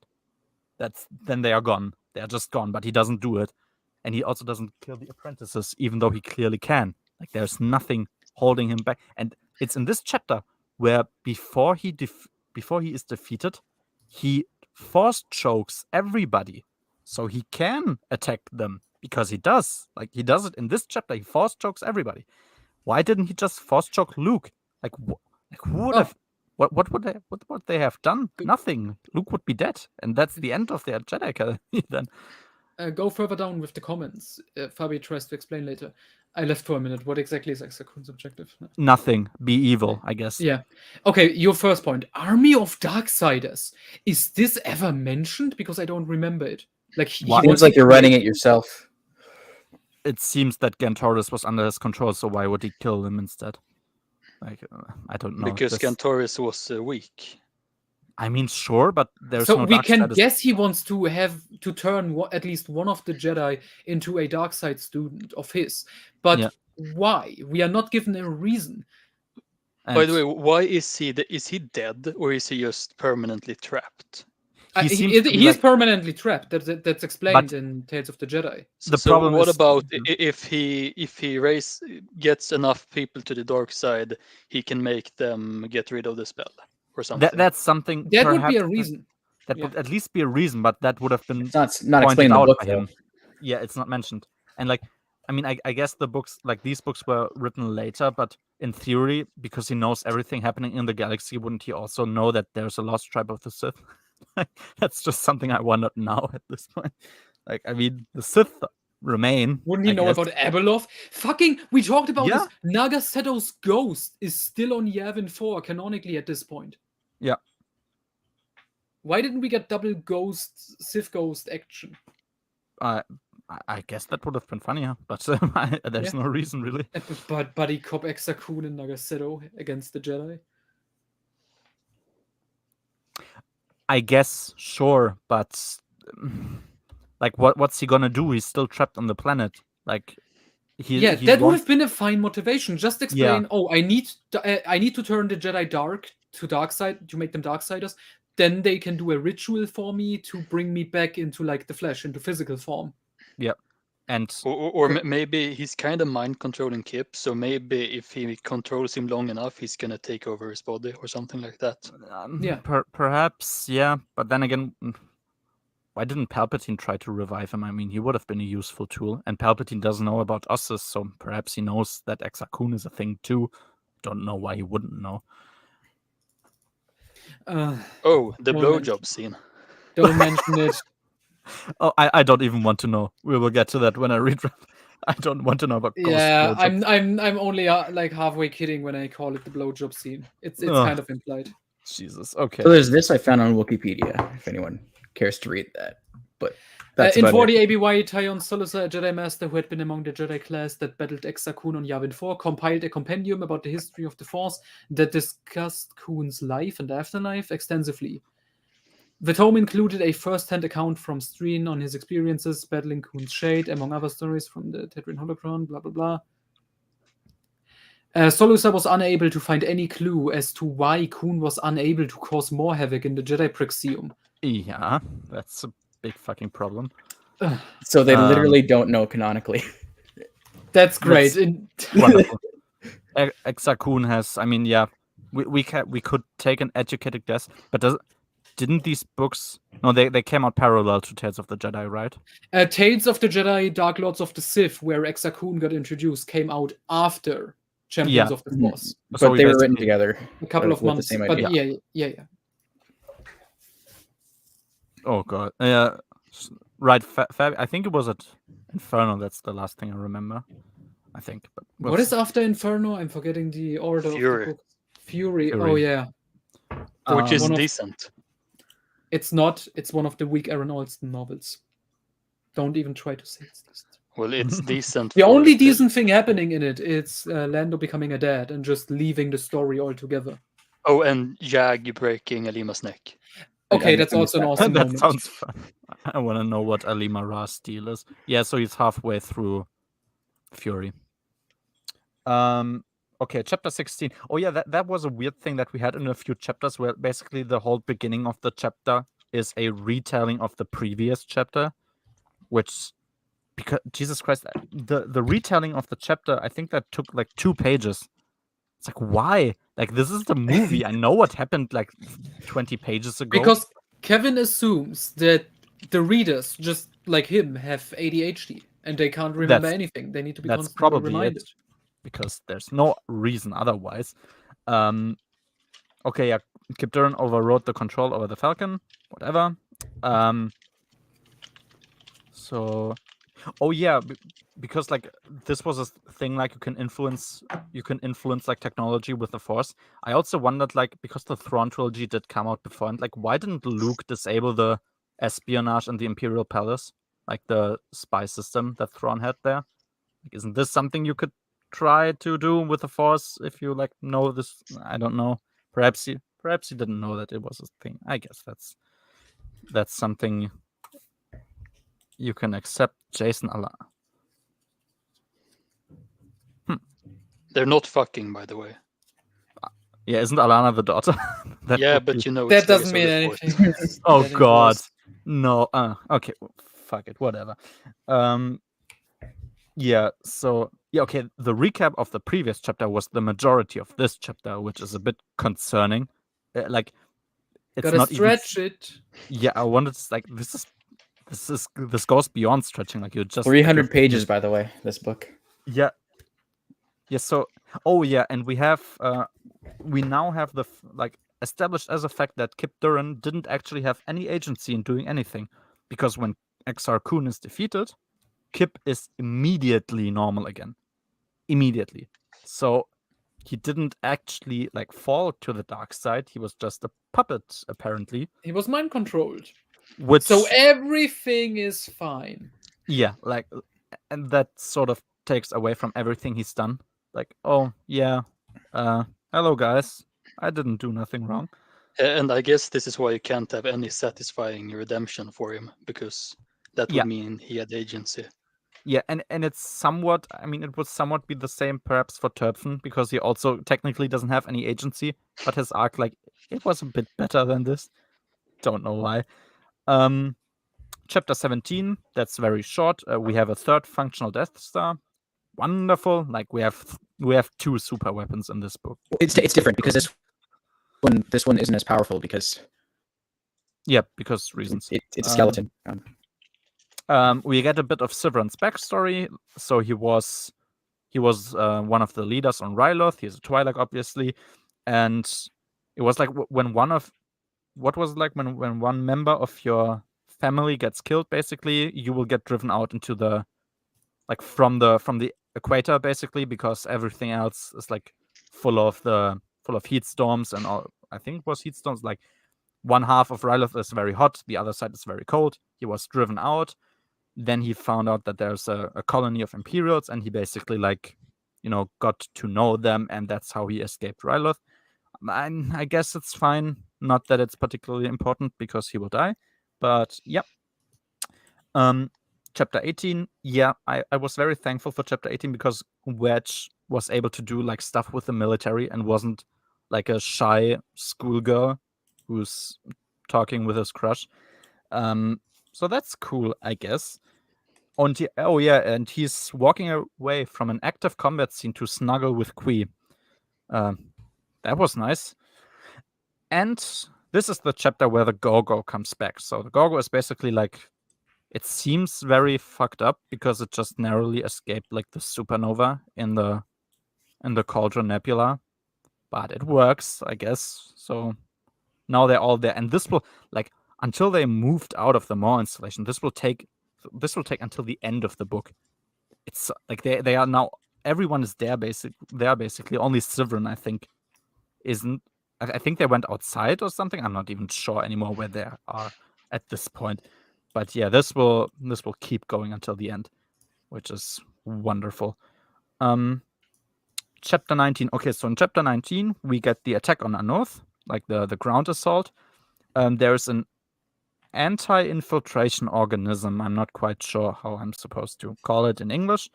It's basically inspired from a kraken on Mon Calamari, and it has metal tentacles that just throws all of the AGT-80s down the mountain and rips them apart. I even thought that was somewhat interesting. I'm not sure if this will ever get built again. Perhaps. I don't think so, but perhaps. But that was sort of fun, I guess. So Fergan is on the planet, and Colonel Ardax, that's the one who's still left in the orbit from Fergan, and he gets ambushed by the New Republic, because now, of course, with Leia and Akbar informed, the New Republic gets involved and sends their fleet to Anoth. And he wants to he's controlling a metal behemoth, a ship, and he moves it in between the Anoth is basically a split up planet. I think in 2 or 3 parts it's split up, and it's barely held together. and there's a lot of electricity going on between that. And so he thought, okay, maybe I can escape if I fly through that. Obviously, he gets grilled and destroyed. So he's dead, I guess. Yeah, and I wondered, like, why are the villains so stupid? Like, is there any reason why they are? Because Kevin is a terrible writer. Yeah, or that's something that's somewhat understandable, because like it's easy to write characters like stronger than you are or braver than you are, but you can always only write them as smartly as you are yourself. Like you can't write characters that are more smart than you, which is a testament to the intelligence of KJ, I assume. I don't know. Chapter 20 is also still about Unearth, so we have more defense mechanisms in the bunker where Anakin is hid. We have like a room that's full of apparently scrap metal, but there's basically a switch that you can flip, and all of the scrap metal like gets built together into assassin droids, and they then can defend the whole bunker. That was sort of nice, I guess. I mean, it's at least a bit creative. Oh yeah, and there's a nurse droid. There's a nurse droid in this book, like, which has 4 arms, and like under these arms there's rifles, which was sort of funny, I guess. And like this is the last defense for Anakin, because Fergan and his squad have now found where Anakin is hidden, and Winter tried to lure them away from there. Fergan destroyed it, which is weird because he doesn't seem to be trained in using weapons, which he says himself, but oh well. The droid is destroyed, and Fergan now has Anakin. Whatever. So that was chapter 20, so let's just get... We need to hurry up. Yep, Exile is alright, I guess. Oh yeah, now we had that. Cersei proves I can fix Jason. Jesus Christ. Wait, I think was that... What chapter was that? It was... Oh yeah, chapter 21 is the next one. So the New Republic now is in control of the Sun Crusher again, because Kip wasn't actually evil, and when Exar Kun died, he surrendered to Han. The Sun Crusher won't be investigated anymore, which shouldn't have happened in the first place. It should have always just been destroyed, but whatever. Oh yeah, Han... Jesus Christ. Han once again doesn't want to go away from Kip Durin because he doesn't want to leave them alone with these hyenas, referencing like Mon Mothma and the New Republic, which makes sense, at least from Han's perspective, because the New Republic is a bunch of idiots, and Han should hate the New Republic because they hate them. They hate him. But once again, like, go to your fucking wife and child. Like, why don't you go to them? It's throughout this trilogy, Han doesn't want to spend time with Leia or his children, even though he keeps claiming that he wants to. I don't know, is this something I have to expect from like Children of the Jedi and later novels, or will at some point Han be a normal family man and not hang out with other people randomly? I mean, the children are not in most of the Bantam era. So okay, I guess. I mean, sure. I guess in NJO he cares about them. Yeah. Even though he gets a bit annoyed at Jason and hates Anakin for a while. I mean, him being annoyed at Jason obviously also sets up his fall, right? Because if your father hates you, you're obviously going to turn into a Sith. Jan Dodonna actually has a single line, and I liked it, which is like about Kip Durin. If he can act for himself, he can speak for himself. Yeah, that's cool, I guess. Oh yeah, and this is also immediately the chapter in which Kip Durin is basically excused from the New Republic. So they say, we're a government, we're not a court. You'll get judged by a Jedi Master, which is very convenient. Like, this sounds like bullshit. I mean, the New Republic has a court. Like, that's bullshit. Of course, Mon Mothma isn't in a court, but there is a court. So I don't understand what she was saying with this. It's obviously a court would say, yeah, okay, you have to die, or like go to prison for life, and we can't have that, apparently. So he will get sent to Yavin 4 to Luke. Yeah, and Han says that like dark side, like being part of the dark side, which Kip Durn technically wasn't anyway. But he says like, oh yeah, it meant that he wasn't in his right mind, which is a stupid defense, because if I think about, okay, you could technically say that about Darth Vader.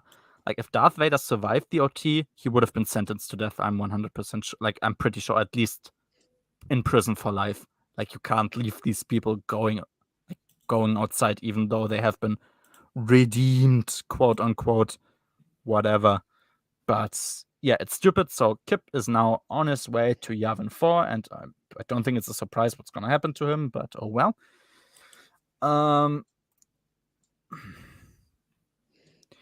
If you would argue that is the reason for Jason's fall, I would almost believe it, to be honest with you. I don't know. Does Han stay with his children in the Black Fleet Crisis? Yeah, he does. I think he does. Yes. Nice. He was an arsehole to Anakin in the first new NJO books. Yeah. I guess I will find out why. But that's plot relevant, though. Yeah, Okay. it is. I mean, that's good. At least make it plot relevant if you're gonna do it anyway.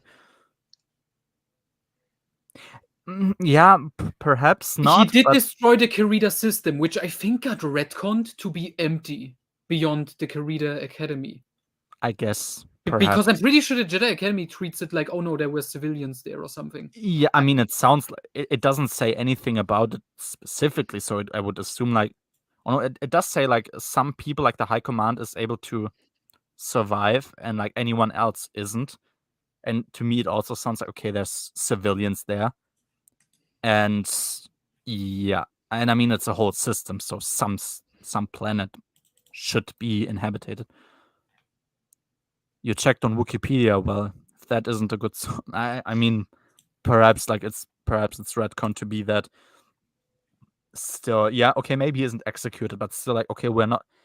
I mean, Mon Mothma doesn't say, okay, there was no one there but the Academy, so we don't care. No, she just says, we're a government, not a court, so we can't sentence you. Only a Jedi Master can, which doesn't make sense. If you want to argue that, sure, I guess, but this wouldn't make sense with what Mon Mothma is saying.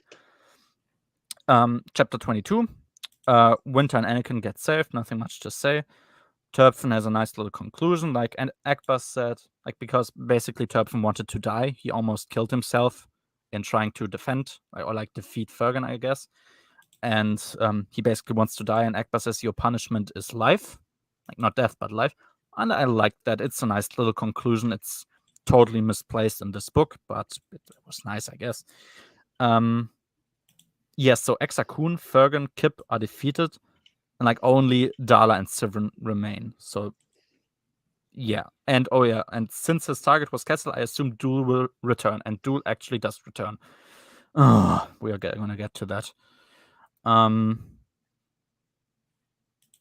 Not explicitly, but it does say like, you know, some people, like the people who are quick enough, managed to escape, and like it seemed to imply that a whole lot of people did not manage. I don't And I mean, see why it's relevant. He blew up a solar system. Yeah, I mean, I would guess someone, and like, yeah.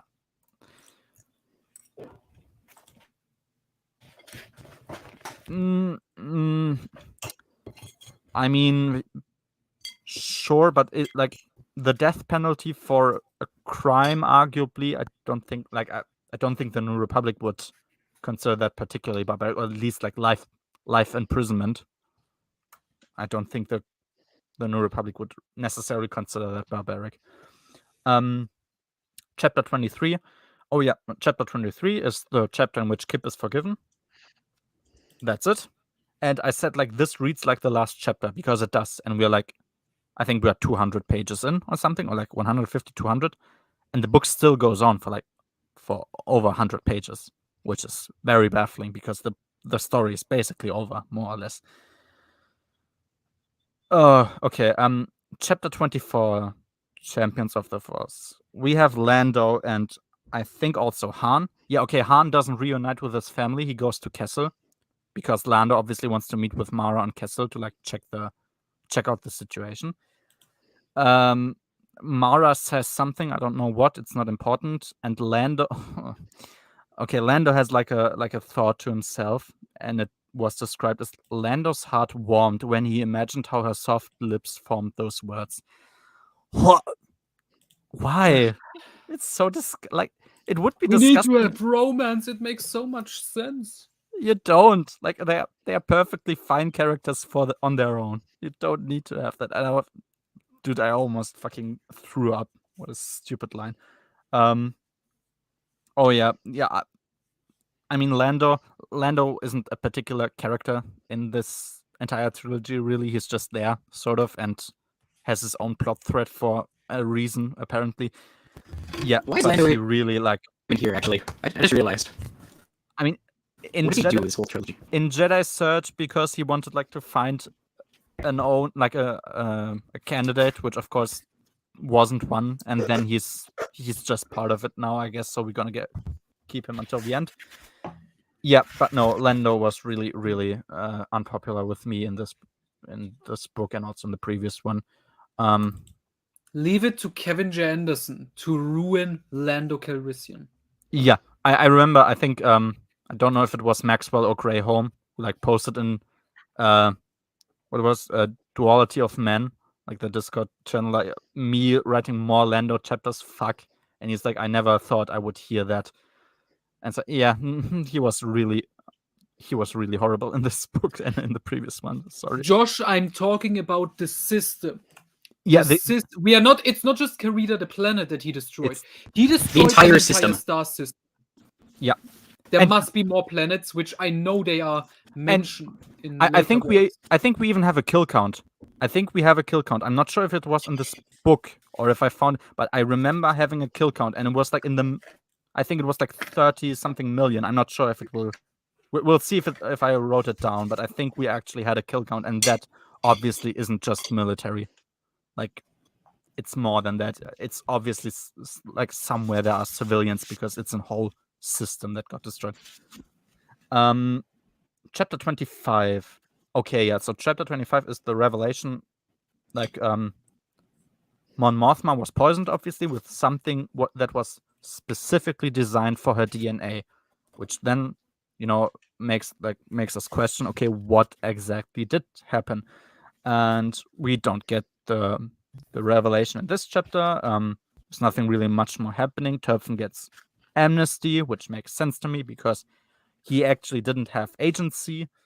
Yeah. And Josh, it was, comment, please. It was obviously reversed, yeah.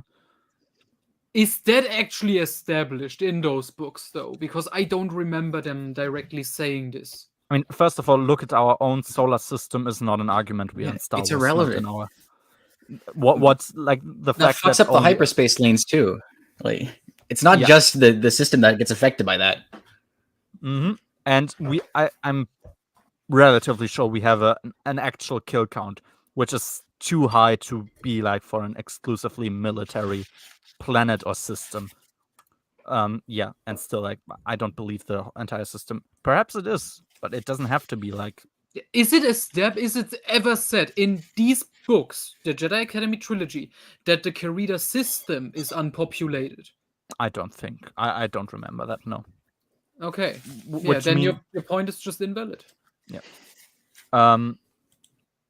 Chapter 26. Oh yeah, Darla has a bit of introspection. The chapter says Darla had wrong priorities. That's an understatement. That's really an understatement. But I guess she had wrong priorities, yeah. Yeah, once I said, like I said, the Gorgo is very beaten up. She's now in the Maw installation, of course. And she attacks. So let's go. This is something also that will take like 20 chapters to resolve. Chapter 27. Oh yeah. Oh, okay. So it's so there is, I think it's the temple of, like, the main temple of Exar-Kun where we now go to, and it essentially reads like Luke going into the cave in Dagobah. No, I'm not sure if it was a temple. I don't remember. I haven't written it down exactly, but there's basically a trial for Kyp Durron, which functions the same way as the trial of Luke in the cave. functions. It's the same way basically, and I think he fights against himself. It was too, and he obviously doesn't use any violence because he's better than Luke. I think that's quite clear by now. Yeah, that's chapter 27. Also very short. Like all of these chapters are pretty short. 8 planets in the Querida system. Yeah, I assume half of those are populated or at the very least colonized. Josh, what are you like? What do you make me do? You make me agree with Fabi. Why? But yeah, no, I would assume the same thing. Yeah, I mean, it doesn't seem that logical for me to assume that they are unpopulated because this isn't our solar system, it's Star Wars, so it's different, obviously. Chapter 28. Oh yeah, we have more of Lando. So they now, like Han also, they are going to Kessel. Please, Han, just go to your wife and kids. You've deserved it. Just go home already. He doesn't. Duel is back. Yeah, he's annoying and unnecessary.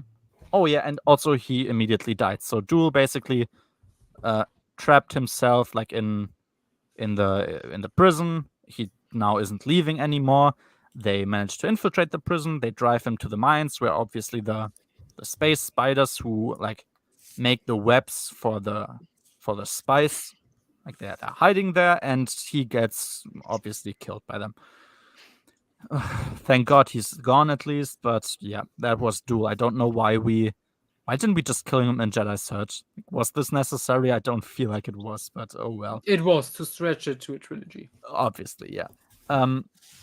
Yeah, Told Sivrin also, he just destroys something. Oh yeah, so Told Sivrin is in Kessel. Obviously, he hates Kessel, I guess. And he destroys the moon of Kessel. Because, I mean, obviously a Death Star is approaching the planet, which means the Oh yeah, doesn't he miss or something? And he just hits the moon? Yeah, he wants to target Kessel, the planet itself, and he misses. And I'm not sure if he misses. Yeah, but I think you're right. He missed the planet and he hit the moon instead. Yeah, and for like his logic was that there's there's emergency signals on the moon, which means it's a military base. Which sounds so. I mean, a Death Star just came. Like everyone would think it's an emergency. This was weird, but okay, whatever. The moon is destroyed. Most people like the moon is now basically a military outpost for the Smuggler Alliance. So Mara's people are on there. Most of them survive. They've moved away already. Chapter 29. So Leia is now chief of state in this chapter. I think it's good that Leia becomes chief of state. It feels a bit unearned because like if Mon Mothma wasn't poisoned, it probably wouldn't have happened. Like I would have liked more an actual accomplishment being being the reason why she now becomes chief of state. But I mean, it's a position that fits her. I'm sort of fine with that. Yeah, and I said like this feels like a horribly drawn out epilogue, which it is. Like nothing is really supposed to happen anymore because the Jedi story is finished, but it goes on. Chapter 30. Oh yeah. Darla is acting very smug in this chapter, and I hate it because like I think only either very competent people or people who are stupid but who also get killed should be acting smug, and she's very smug, but the book also treats her as though she has success, which I hate. That's also funny. Like Matt Wilkins thought it was funny that she immediately lost like her first Death Star in Jedi Cert, Star Destroyer. That she immediately lost the Star Destroyer in Jedi Search. And that's why he's crying. That's why he loves Darla so much, because she just like him, I guess. I don't know. He thought it was funny. I suppose that's it. Yeah, and 3PO is now a navigator basically, which is funny, I guess. Whatever, because it's flying, I suppose. Chapter 31. Yeah. Leia we have. This is going to be quicker because the chapters are short. Okay. Yeah, Leia thinks that Kip went through the same as Luke, which is bullshit. KYS, I wrote to that. I stand by that. Yeah, and they have a new plan to destroy the Suncrusher, which is to fly it into the Maw, which makes me wonder why wasn't this the initial plan to begin with? Like, if this was the first, because New Republic are idiots. The New Republic are idiots. And right. if that would have happened in the first book, there wouldn't be the next 2 books. That's essentially the reason. Oh no! So the rest of the plot can happen. 44 chapters. Yeah, you're right. So in total, it's it's 10 pages shorter than Dark Apprentice, but it's 10 chapters longer than Dark Apprentice. Jesus. Okay, let's hurry up. Yeah, we're almost. We're getting to it. Yeah. Oh yeah, Luke lets Kip do this, which makes no sense. Fuck this. Like, he may as well just fall again. You don't know, but oh well. Again, Yoda is quoted. There is no try, only do. Fuck this. Yeah, that's that. Chapter 32. Yeah, Severin is just a meme at this point. Like, he's just stupid bureaucrat who doesn't get anything done, which is funny. Ha ha ha ha. I guess. And oh yeah, they Han is now out. Like, Han is obviously in the castle system with the Falcon, and they essentially redo the run on the Death Star because Han also like flies into it to destroy the center, fly out, and escape. That's at least his plan. Now I get why people compare this to the OT, because it just blatantly copies weird scenes from it. Chapter 33, there's nothing to say. Luke and Kip arrive at the mall and go to the installation. That's all that happens, basically. 34, also nothing to say. Severin also has more internal laws and like meetings and stuff. Like, they are really beating this joke to death, and I hate it. I don't know why. It's terrible. It's Last Jedi levels of humor. After watching Last Jedi, that's now my go-to with bad forced humor. I've rewatched it, yeah, obviously with you. I sort of agree. Yeah, I think there's a case for that. I can see these scenes playing out in the Last Jedi movie. Yeah, and Matt Wilkins would love it. I can as well. I do want to have Matt Wilkins watch the. Didn't he watch any sequel movies? He watched. No, he said he doesn't care, but honestly, he would love it because they have all the fucking trash in them that he loves in Star Wars stories. Yeah, I mean, Kylo Ren is obviously like Darth Kaitis, basically, and even worse, perhaps. Oh man. Okay, chapter 35. So obviously Luke is now in Kessel because they want to fly into the mall. He meets Han, they talk with each other, and they all fly into the installation, and they land the Sun Crusher on one of the planet. In German it was Planetoiden. I don't know if planetoid is the actual English word for it, whatever. They land on one of the asteroids that fly around there. I don't know why they just don't fly into the Gorgo. Like, we could have been spared of Dala. Just fly with it into the Gorgo. You've already done it. Just fly it. No, they don't. They park it, basically. And yeah, okay, there's a lot of chaotic battling because obviously there's the New Republic in the installation now. There's the Gorgo outside. There's going to be the Death Star. I actually like that there's so much chaos. Like, it's more interesting to me to have those kinds of battles than like just one clear side against the other clear side, but it needs to make sense, and it just doesn't. We got 2 indestructible super weapons fighting each other, surrounded by black holes. It's like a little kid smashing action figures together. It literally, yeah. It's like you're having your Power Rangers or Superman figure next to you, and you imagine what you're gonna do if you were those.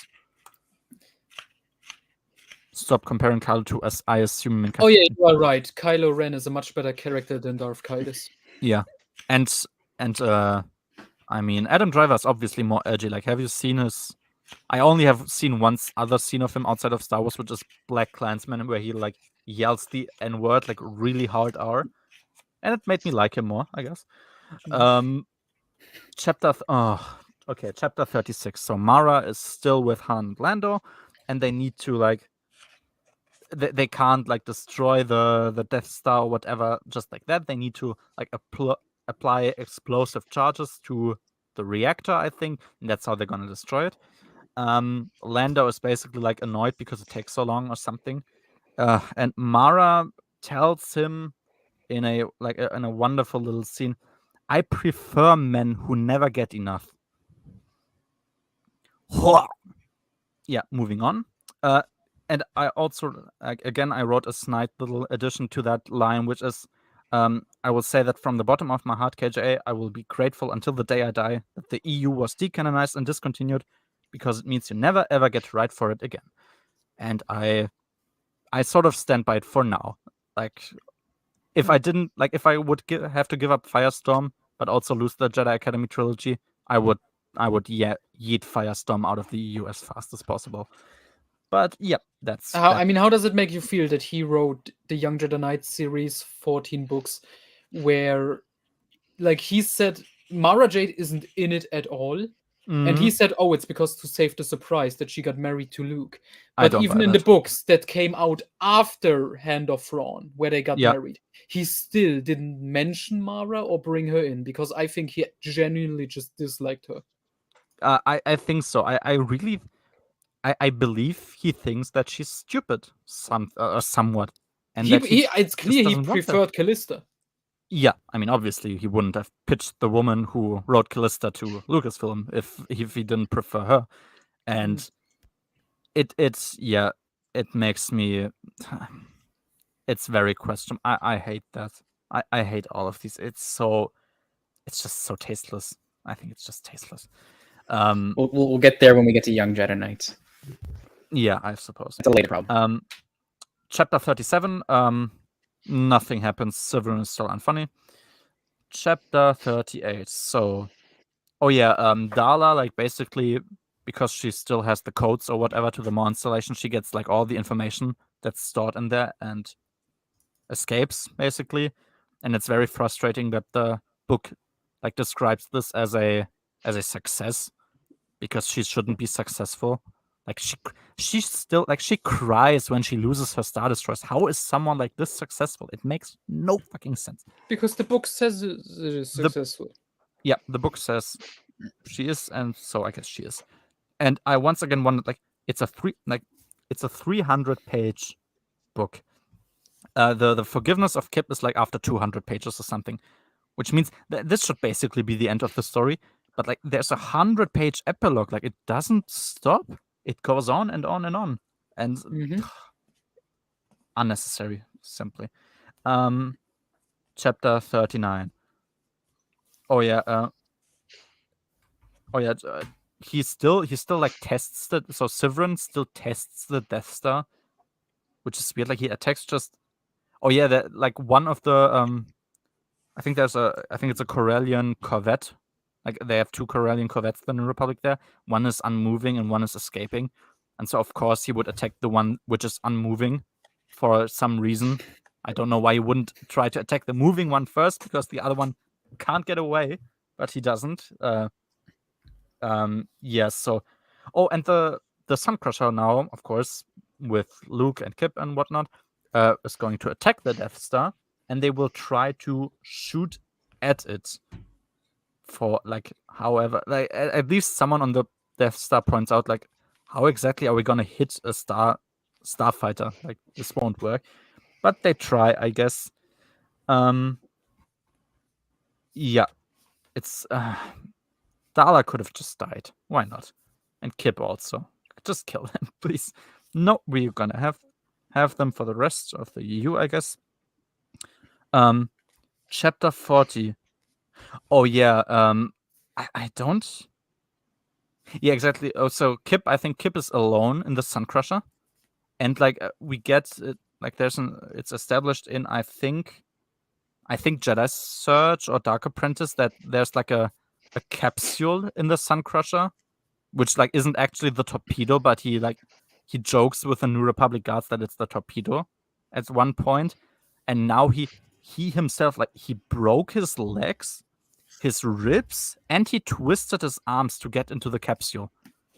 Yeah, I remember that. It's pretty much he breaks every single bone in his body to escape, and it's stupid. He could have just gone out in a blaze of glory. That would have been cool. Yeah, I mean, it's very lucky, I guess, that none of his ribs pierced his lung. But oh well. Chapter 41. Okay, in Chapter 41, Silgal heals Mon Mothma, which is nice, I guess. Like, it was an interesting scene, I suppose. yeah, Turpin also wants to now help Mon Calamari. Like, he's offered to stay on Coruscant basically because he didn't actually do anything wrong, but he like wants to go back to his home planet to help there instead of Coruscant. I guess I like that. It's a nice ending for his arc. Chapter 42. Oh yeah, Dala thinks that the enemy got the upper hand through treachery. That's what she explicitly says. And I just said, no, you just suck. Like, it's legit. She still believes she's somewhat competent and people are just fucking her over when it's all her own fault. I don't get why. Women. We're almost done. 2 chapters. Chapter 43.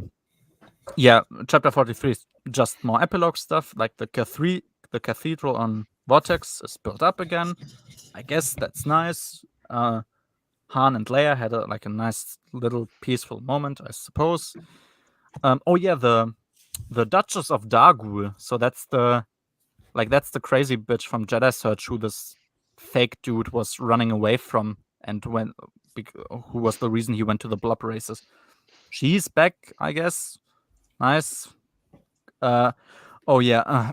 And there's again. So we had this in Dark Apprentice where I thought the interaction between Winter and Akbar wasn't as horrible as I imagined. It was just worded very poorly, and we have a scene with them where like they are talking about how they're gonna see each other much more now because they don't have to stay on Anoth anymore.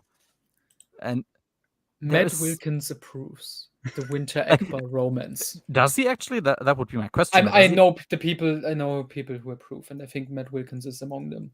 Oh, I remember like I was watching a few of Matt's live streams, and there's this guy, I think Scott Johnson is his name, and he has a is he one of because he has a profile picture with like a blonde woman and an he's a big shipper of Jesus Christ. Winbar. Ugh. I would like to point out Winter at this point is married to Taiko Seljuk. Oh, yeah, and it's like a healthy relationship for once in the Star Wars universe.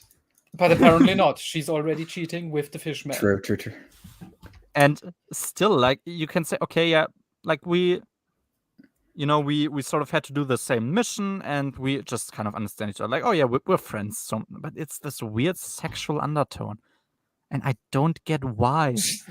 Just stop. She's hungry for fish sticks. God, I hate myself. I guess, yeah. I mean, if she just said like she's literally just hungry and wants to deep fry Akbar and eat him, I would be more approving of that.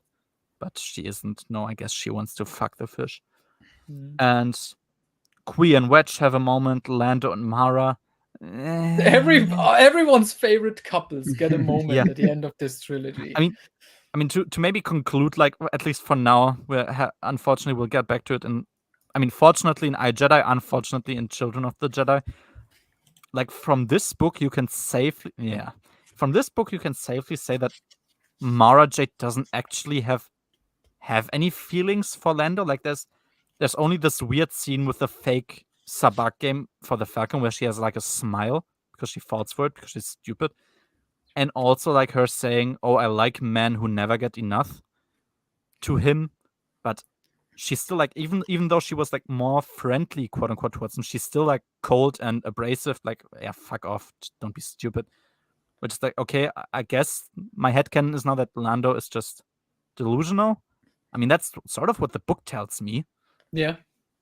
And why? I mean, I like Lando. Like, I've recently watched some of the scenes from Return of the Jedi ways, and he's so cool in that. I really like him, but why? I don't get it. Or in the Lando trilogy, the excellent one.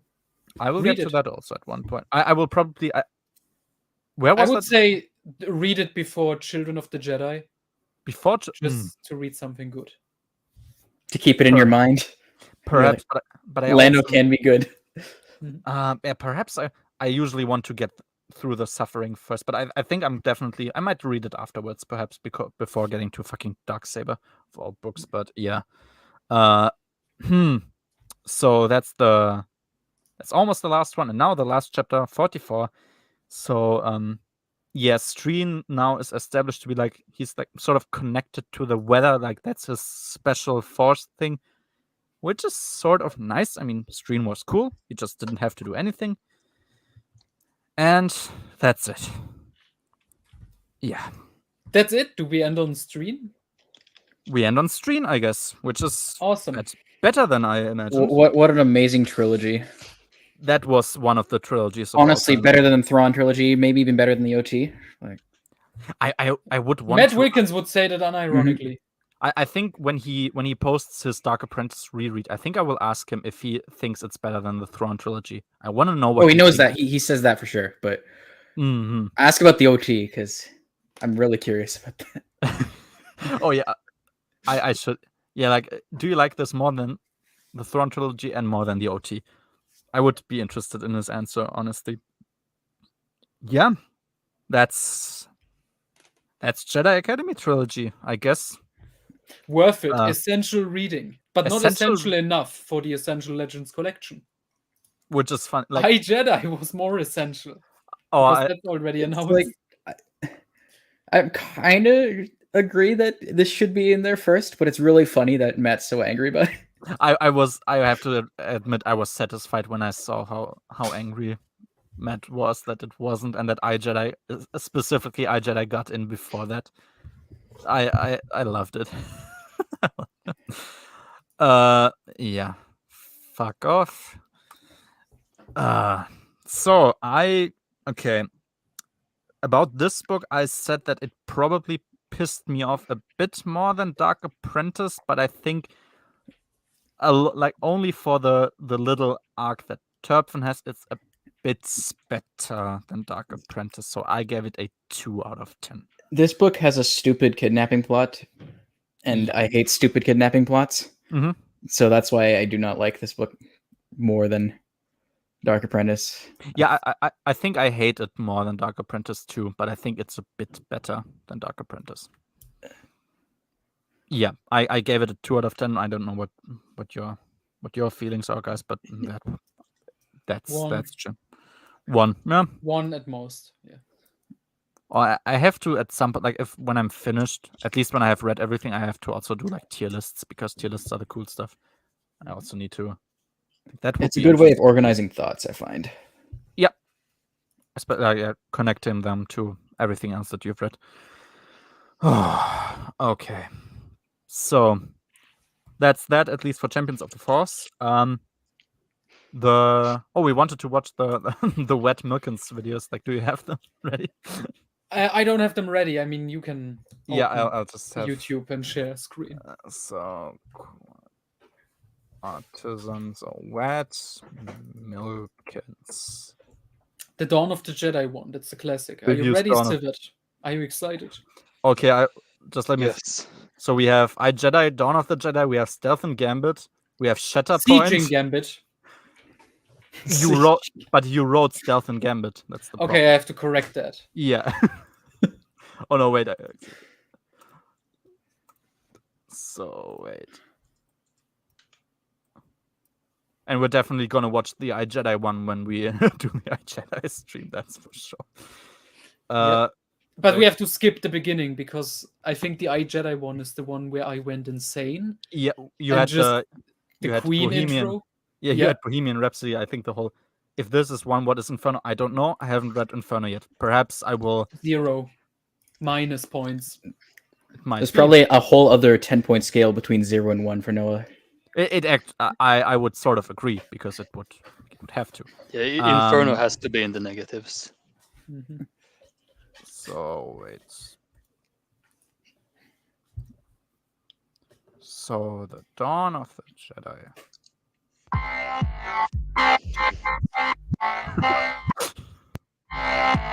I love this intro so much.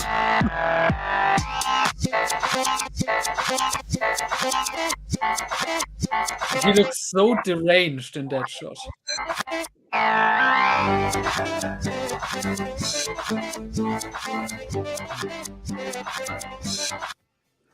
Hi, folks, and welcome to my Dawn of the Jedi universe. Well, I go through Dawn of the Jedi in chronological order as best I can. And, of course, we have to start with Dawn of the Jedi, right? Dawn of the Jedi took place over 25,000 years after A New Hope. After A New Hope. After A New Hope. Now, there wasn't much created in that universe, so I'm going to take all the books, the comics, the stories, books, the stories together, and do one big review for you today. Now, where would you start off? If you want to start off at the very beginning, well, to the best of my knowledge, that would be Dawn of the Jedi, right? Now, do you need to read the book Into the Void by Tim Levin in order to understand Into the Void? No, it's not necessary. Finally, reviewing one of the most requested videos I have ever had. Matt, when are you doing Dawn of the Jedi? Now let's speak of the book, Into the Void. And it was written by John Ostrander. Now, Tim Levin has written a lot of things before. And to be honest, I have never read anything John Ostrander he's written. So this is my first book and experience with him. Basically, it follows Jedi Ranger Brock. Now, how did this book stack up in the overall scale of things? To be honest, very good in my opinion. True. In fact, on my top 10 books, this one actually ranked number 3. And I hate to dog it so bad, but I'll give you my reasons. One of the reasons was the storyline just catch you. You weren't connected to the characters. You care about the storyline. And it could be that Tim Levin originally had planned to have a trilogy of books that take place within Dawn of the Jedi. And maybe this was the first starter to introduce you to the characters and then propel the story forward. We'll never know now, but the story as is, good. Yeah. Now, also was his writing style, which I like. His writing style, he tries to write from past to present, back to past, back to present, giving memories of her with her brother. Now, that's not bad, but the way he did it was very good in my opinion. I'll give you an example. She walked along the grass. It was green and hurt her feet. Here's then, this is now, then now. So the writing style combined with the overall story. I love his little beard that he has. Now, this is just my opinion. It's Yours very may be old different. school. If so, I miss I'd love it, to hear actually. from you. If someone were to start their expanded universe reading, should they start here? Absolutely. This is the best era because it wasn't developed as well. It got off to a great start. So, are there any contradictions within Dawn of the Jedi? No. With the movies or the other books? No. No, it happened 25,000 years ago. After a New Hope. George Lucas loved the book so much that he took the name Jedi and put it in the movie because he loved that name. Well, that's my review. I hope you liked it. If you agree, disagree, let me know in the comments. Remember, I'm it just started one as a man parody, giving his opinion on things. You don't and now always it's have to reality. agree, but it's always fun to discuss. We said it Folks, before. You should have a do great more. week, and I will see you next time. You should do more wet milkins. Like that's actually fun as fuck.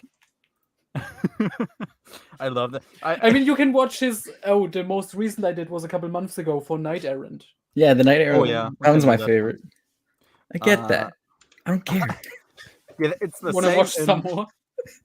It's the same in the I Jedi one. Like he does all that. I get that. You know, people love it. I get that. So a quality awesome Matt Wilkins Night Errant. No, I only find your review. I only fucking Wet. I hate. Just type in Wet Milkins. You get all the results. Yeah, I hate searching your name because I always get random videos about autism because of that. Yeah, that was my goal. I guess. Yeah. Yeah, Papa Wedge also commented that since he watches me, he gets like legit autism advice videos and stuff recommended. Yeah. It's a nightmare. No, I don't find. I find Dawn of the Jedi, Siege and Gambit, I Jedi. I think the video is titled "Wet Milkins Returns" with another video. Oh yeah, okay, I found it. So wait, just do that. Yeah, I need to make a new one, but I don't know what review of his I would use. Just wait for Dark Apprentice. Noah, did you hear? Did you see my idea in the server?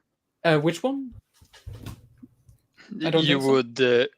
You would make a video and then send it to Matt and ask him to upload it as if it was his normal review. Oh yeah, I saw that comment. Yeah, that would be. and save that for next April 1st. It'll be great. Yeah, who would catch the differences? I mean, maybe he needs like until next April 1st, until he reaches like Legacy of who knows. Probably doesn't, but it would be fun if he did. Just save Invincible for April 1st and put your video up. That would have been fun. Okay, let's get to that one. This garbage of a book, Knight Errant. I remember hardly anything. I care nothing for this book. This book is garbage. Lord Damien, thinks he created the universe. He's a crazy, Sith. I get it, but why does he have people follow him? I get that. Lord Odian, the brother of Lord Damien, they have a sibling squabble. They're always trying to kill one another. He's kind of, I get that. I get that. That's nice. I get that. I don't care.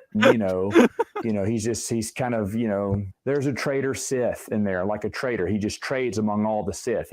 What you mean? I got it. Okay, what you got? I got it. And you're a Sith? You're just a traitor with that. Dark Force abilities. I get that. I don't care. There's Lord Arcadia. She's a girl, and she captures Cara Hall. I get that. I don't care. I don't care about any of that. Okay. It's my grandmother who runs this whole crazy, messed up family, and she has us all pitted against each other. She was the one that told Lord Odian to go kill your home planet. Okay. I get that. I don't care. I don't care. It's really dumb. And it's awful. It's awful. I really hate to say that about John Jackson Miller because, reading The Old Republic, I get that. If you look at other books like Kenobi, it's no good. And I don't remember a single thing about this book. Knight Errant, I get that. It's genius. It's genius. Fantastic. I can't wait to reread that. Knight Errant, I get that. It's genius. I don't care. Just want to give a quick congratulations to Hitler. Yay! Congratulations. At France, we tried to warn you, but you blocked our comments. And, long live Germany. Agreed. What a wonderful little note on this video. I get that. Yeah. Oh no.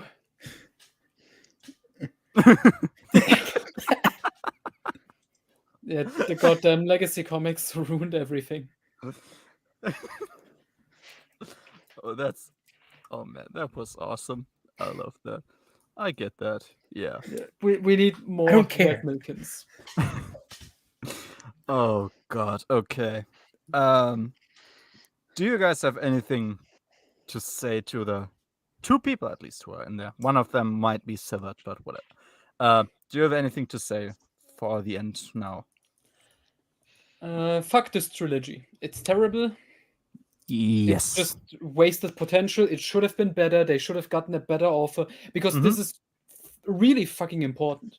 The Jedi Academy trilogy.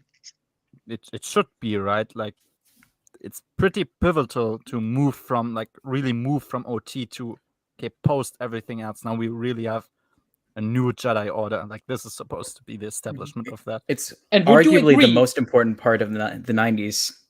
Yeah, series. But would you agree now after finishing it that the Dark Empire trilogy does a better job showing Luke rebuilding the Order? Yes. Yes, probably. Yeah.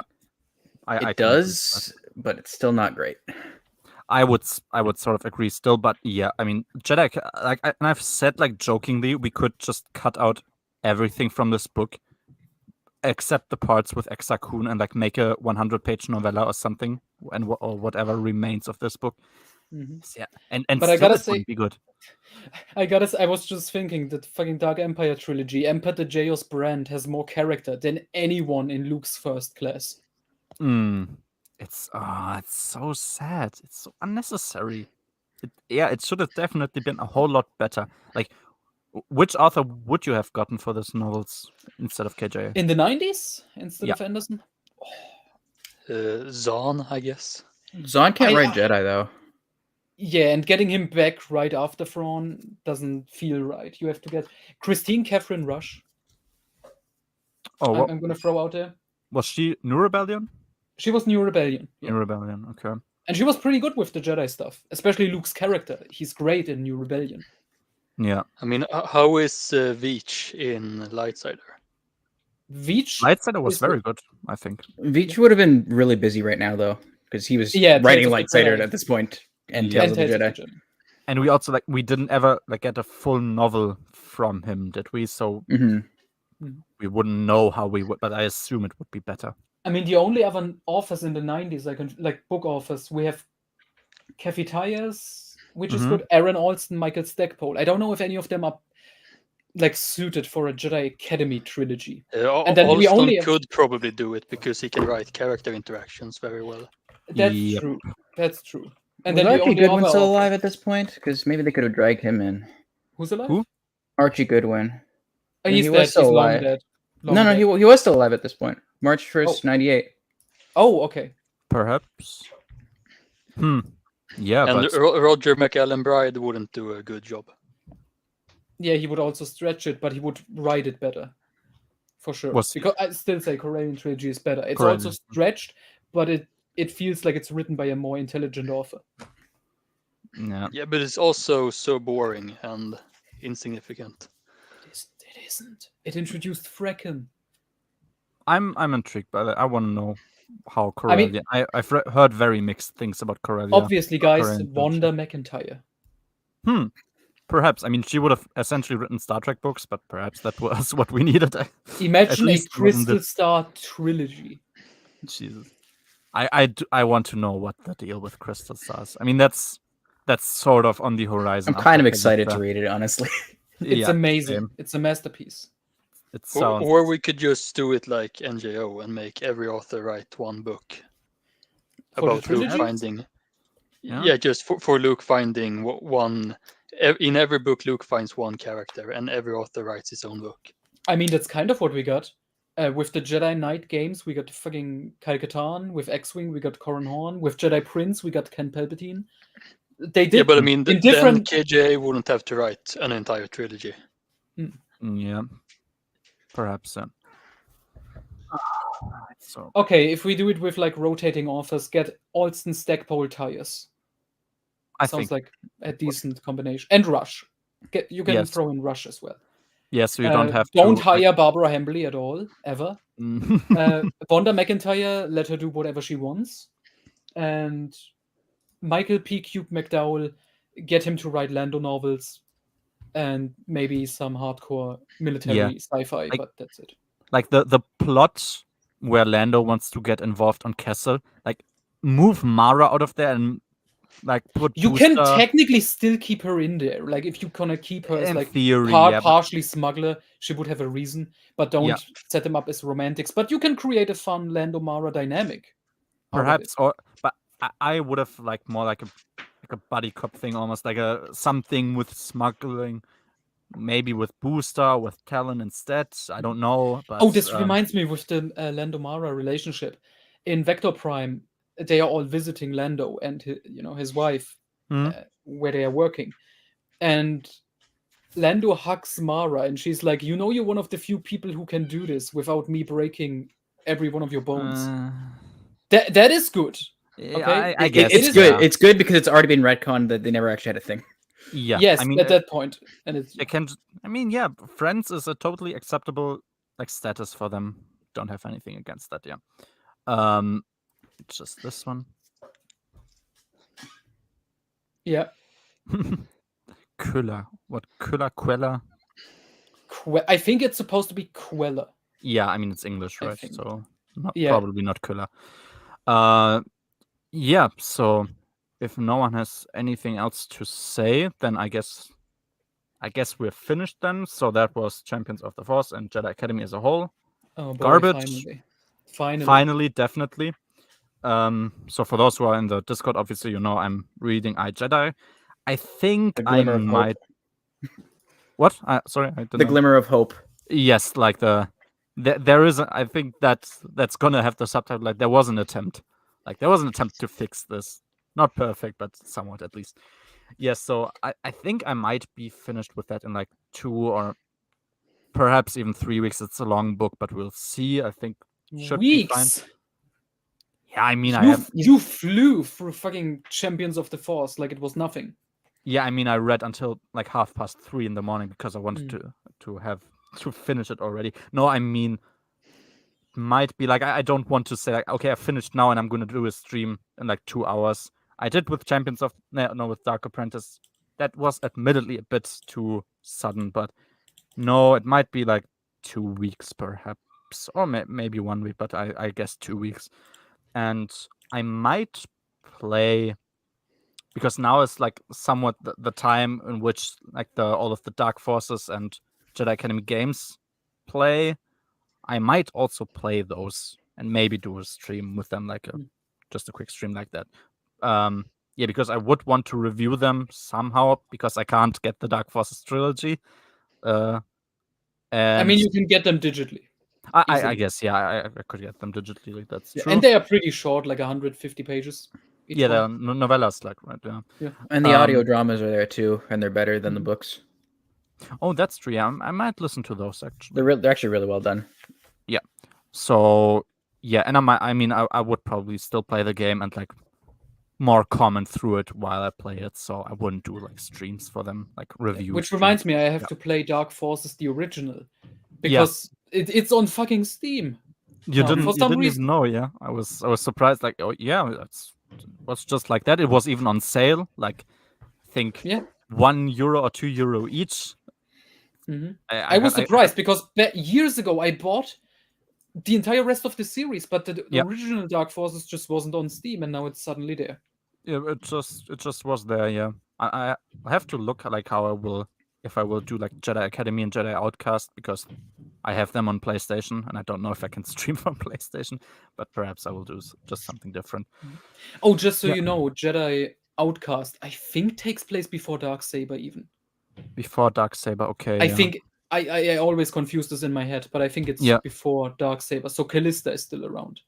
Oh yeah, and I mean, I guess the beginning, I mean, it's parallel to Dark Empire as far as I understood. Like at least one game, I'm not sure which one. Oh, Mysteries of the Sith. Mysteries of the Sith. That takes place before the first Dark Empire. Because I think that one explains like basically what Mara did while the Reborn Emperor was a thing, because she wasn't around. Essentially, obviously. Yeah. Except the retreat from Coruscant, but that's a fake Mara. Yeah, that was fake. I mean, did you? You have to watch. Like, I think he just said, yeah, like the pilot who was the protagonist of this story, like he believed that this, like, is this the real Mara? I don't believe so, and that's why she's actually the fake Mara, because this dude just believes she isn't. Oh yeah. Okay. Gonna end it there. We're finally finished. iJedi is gonna be next, at least for a book, and I might do Dark Forces at some point. So see ya, guys. Bye bye.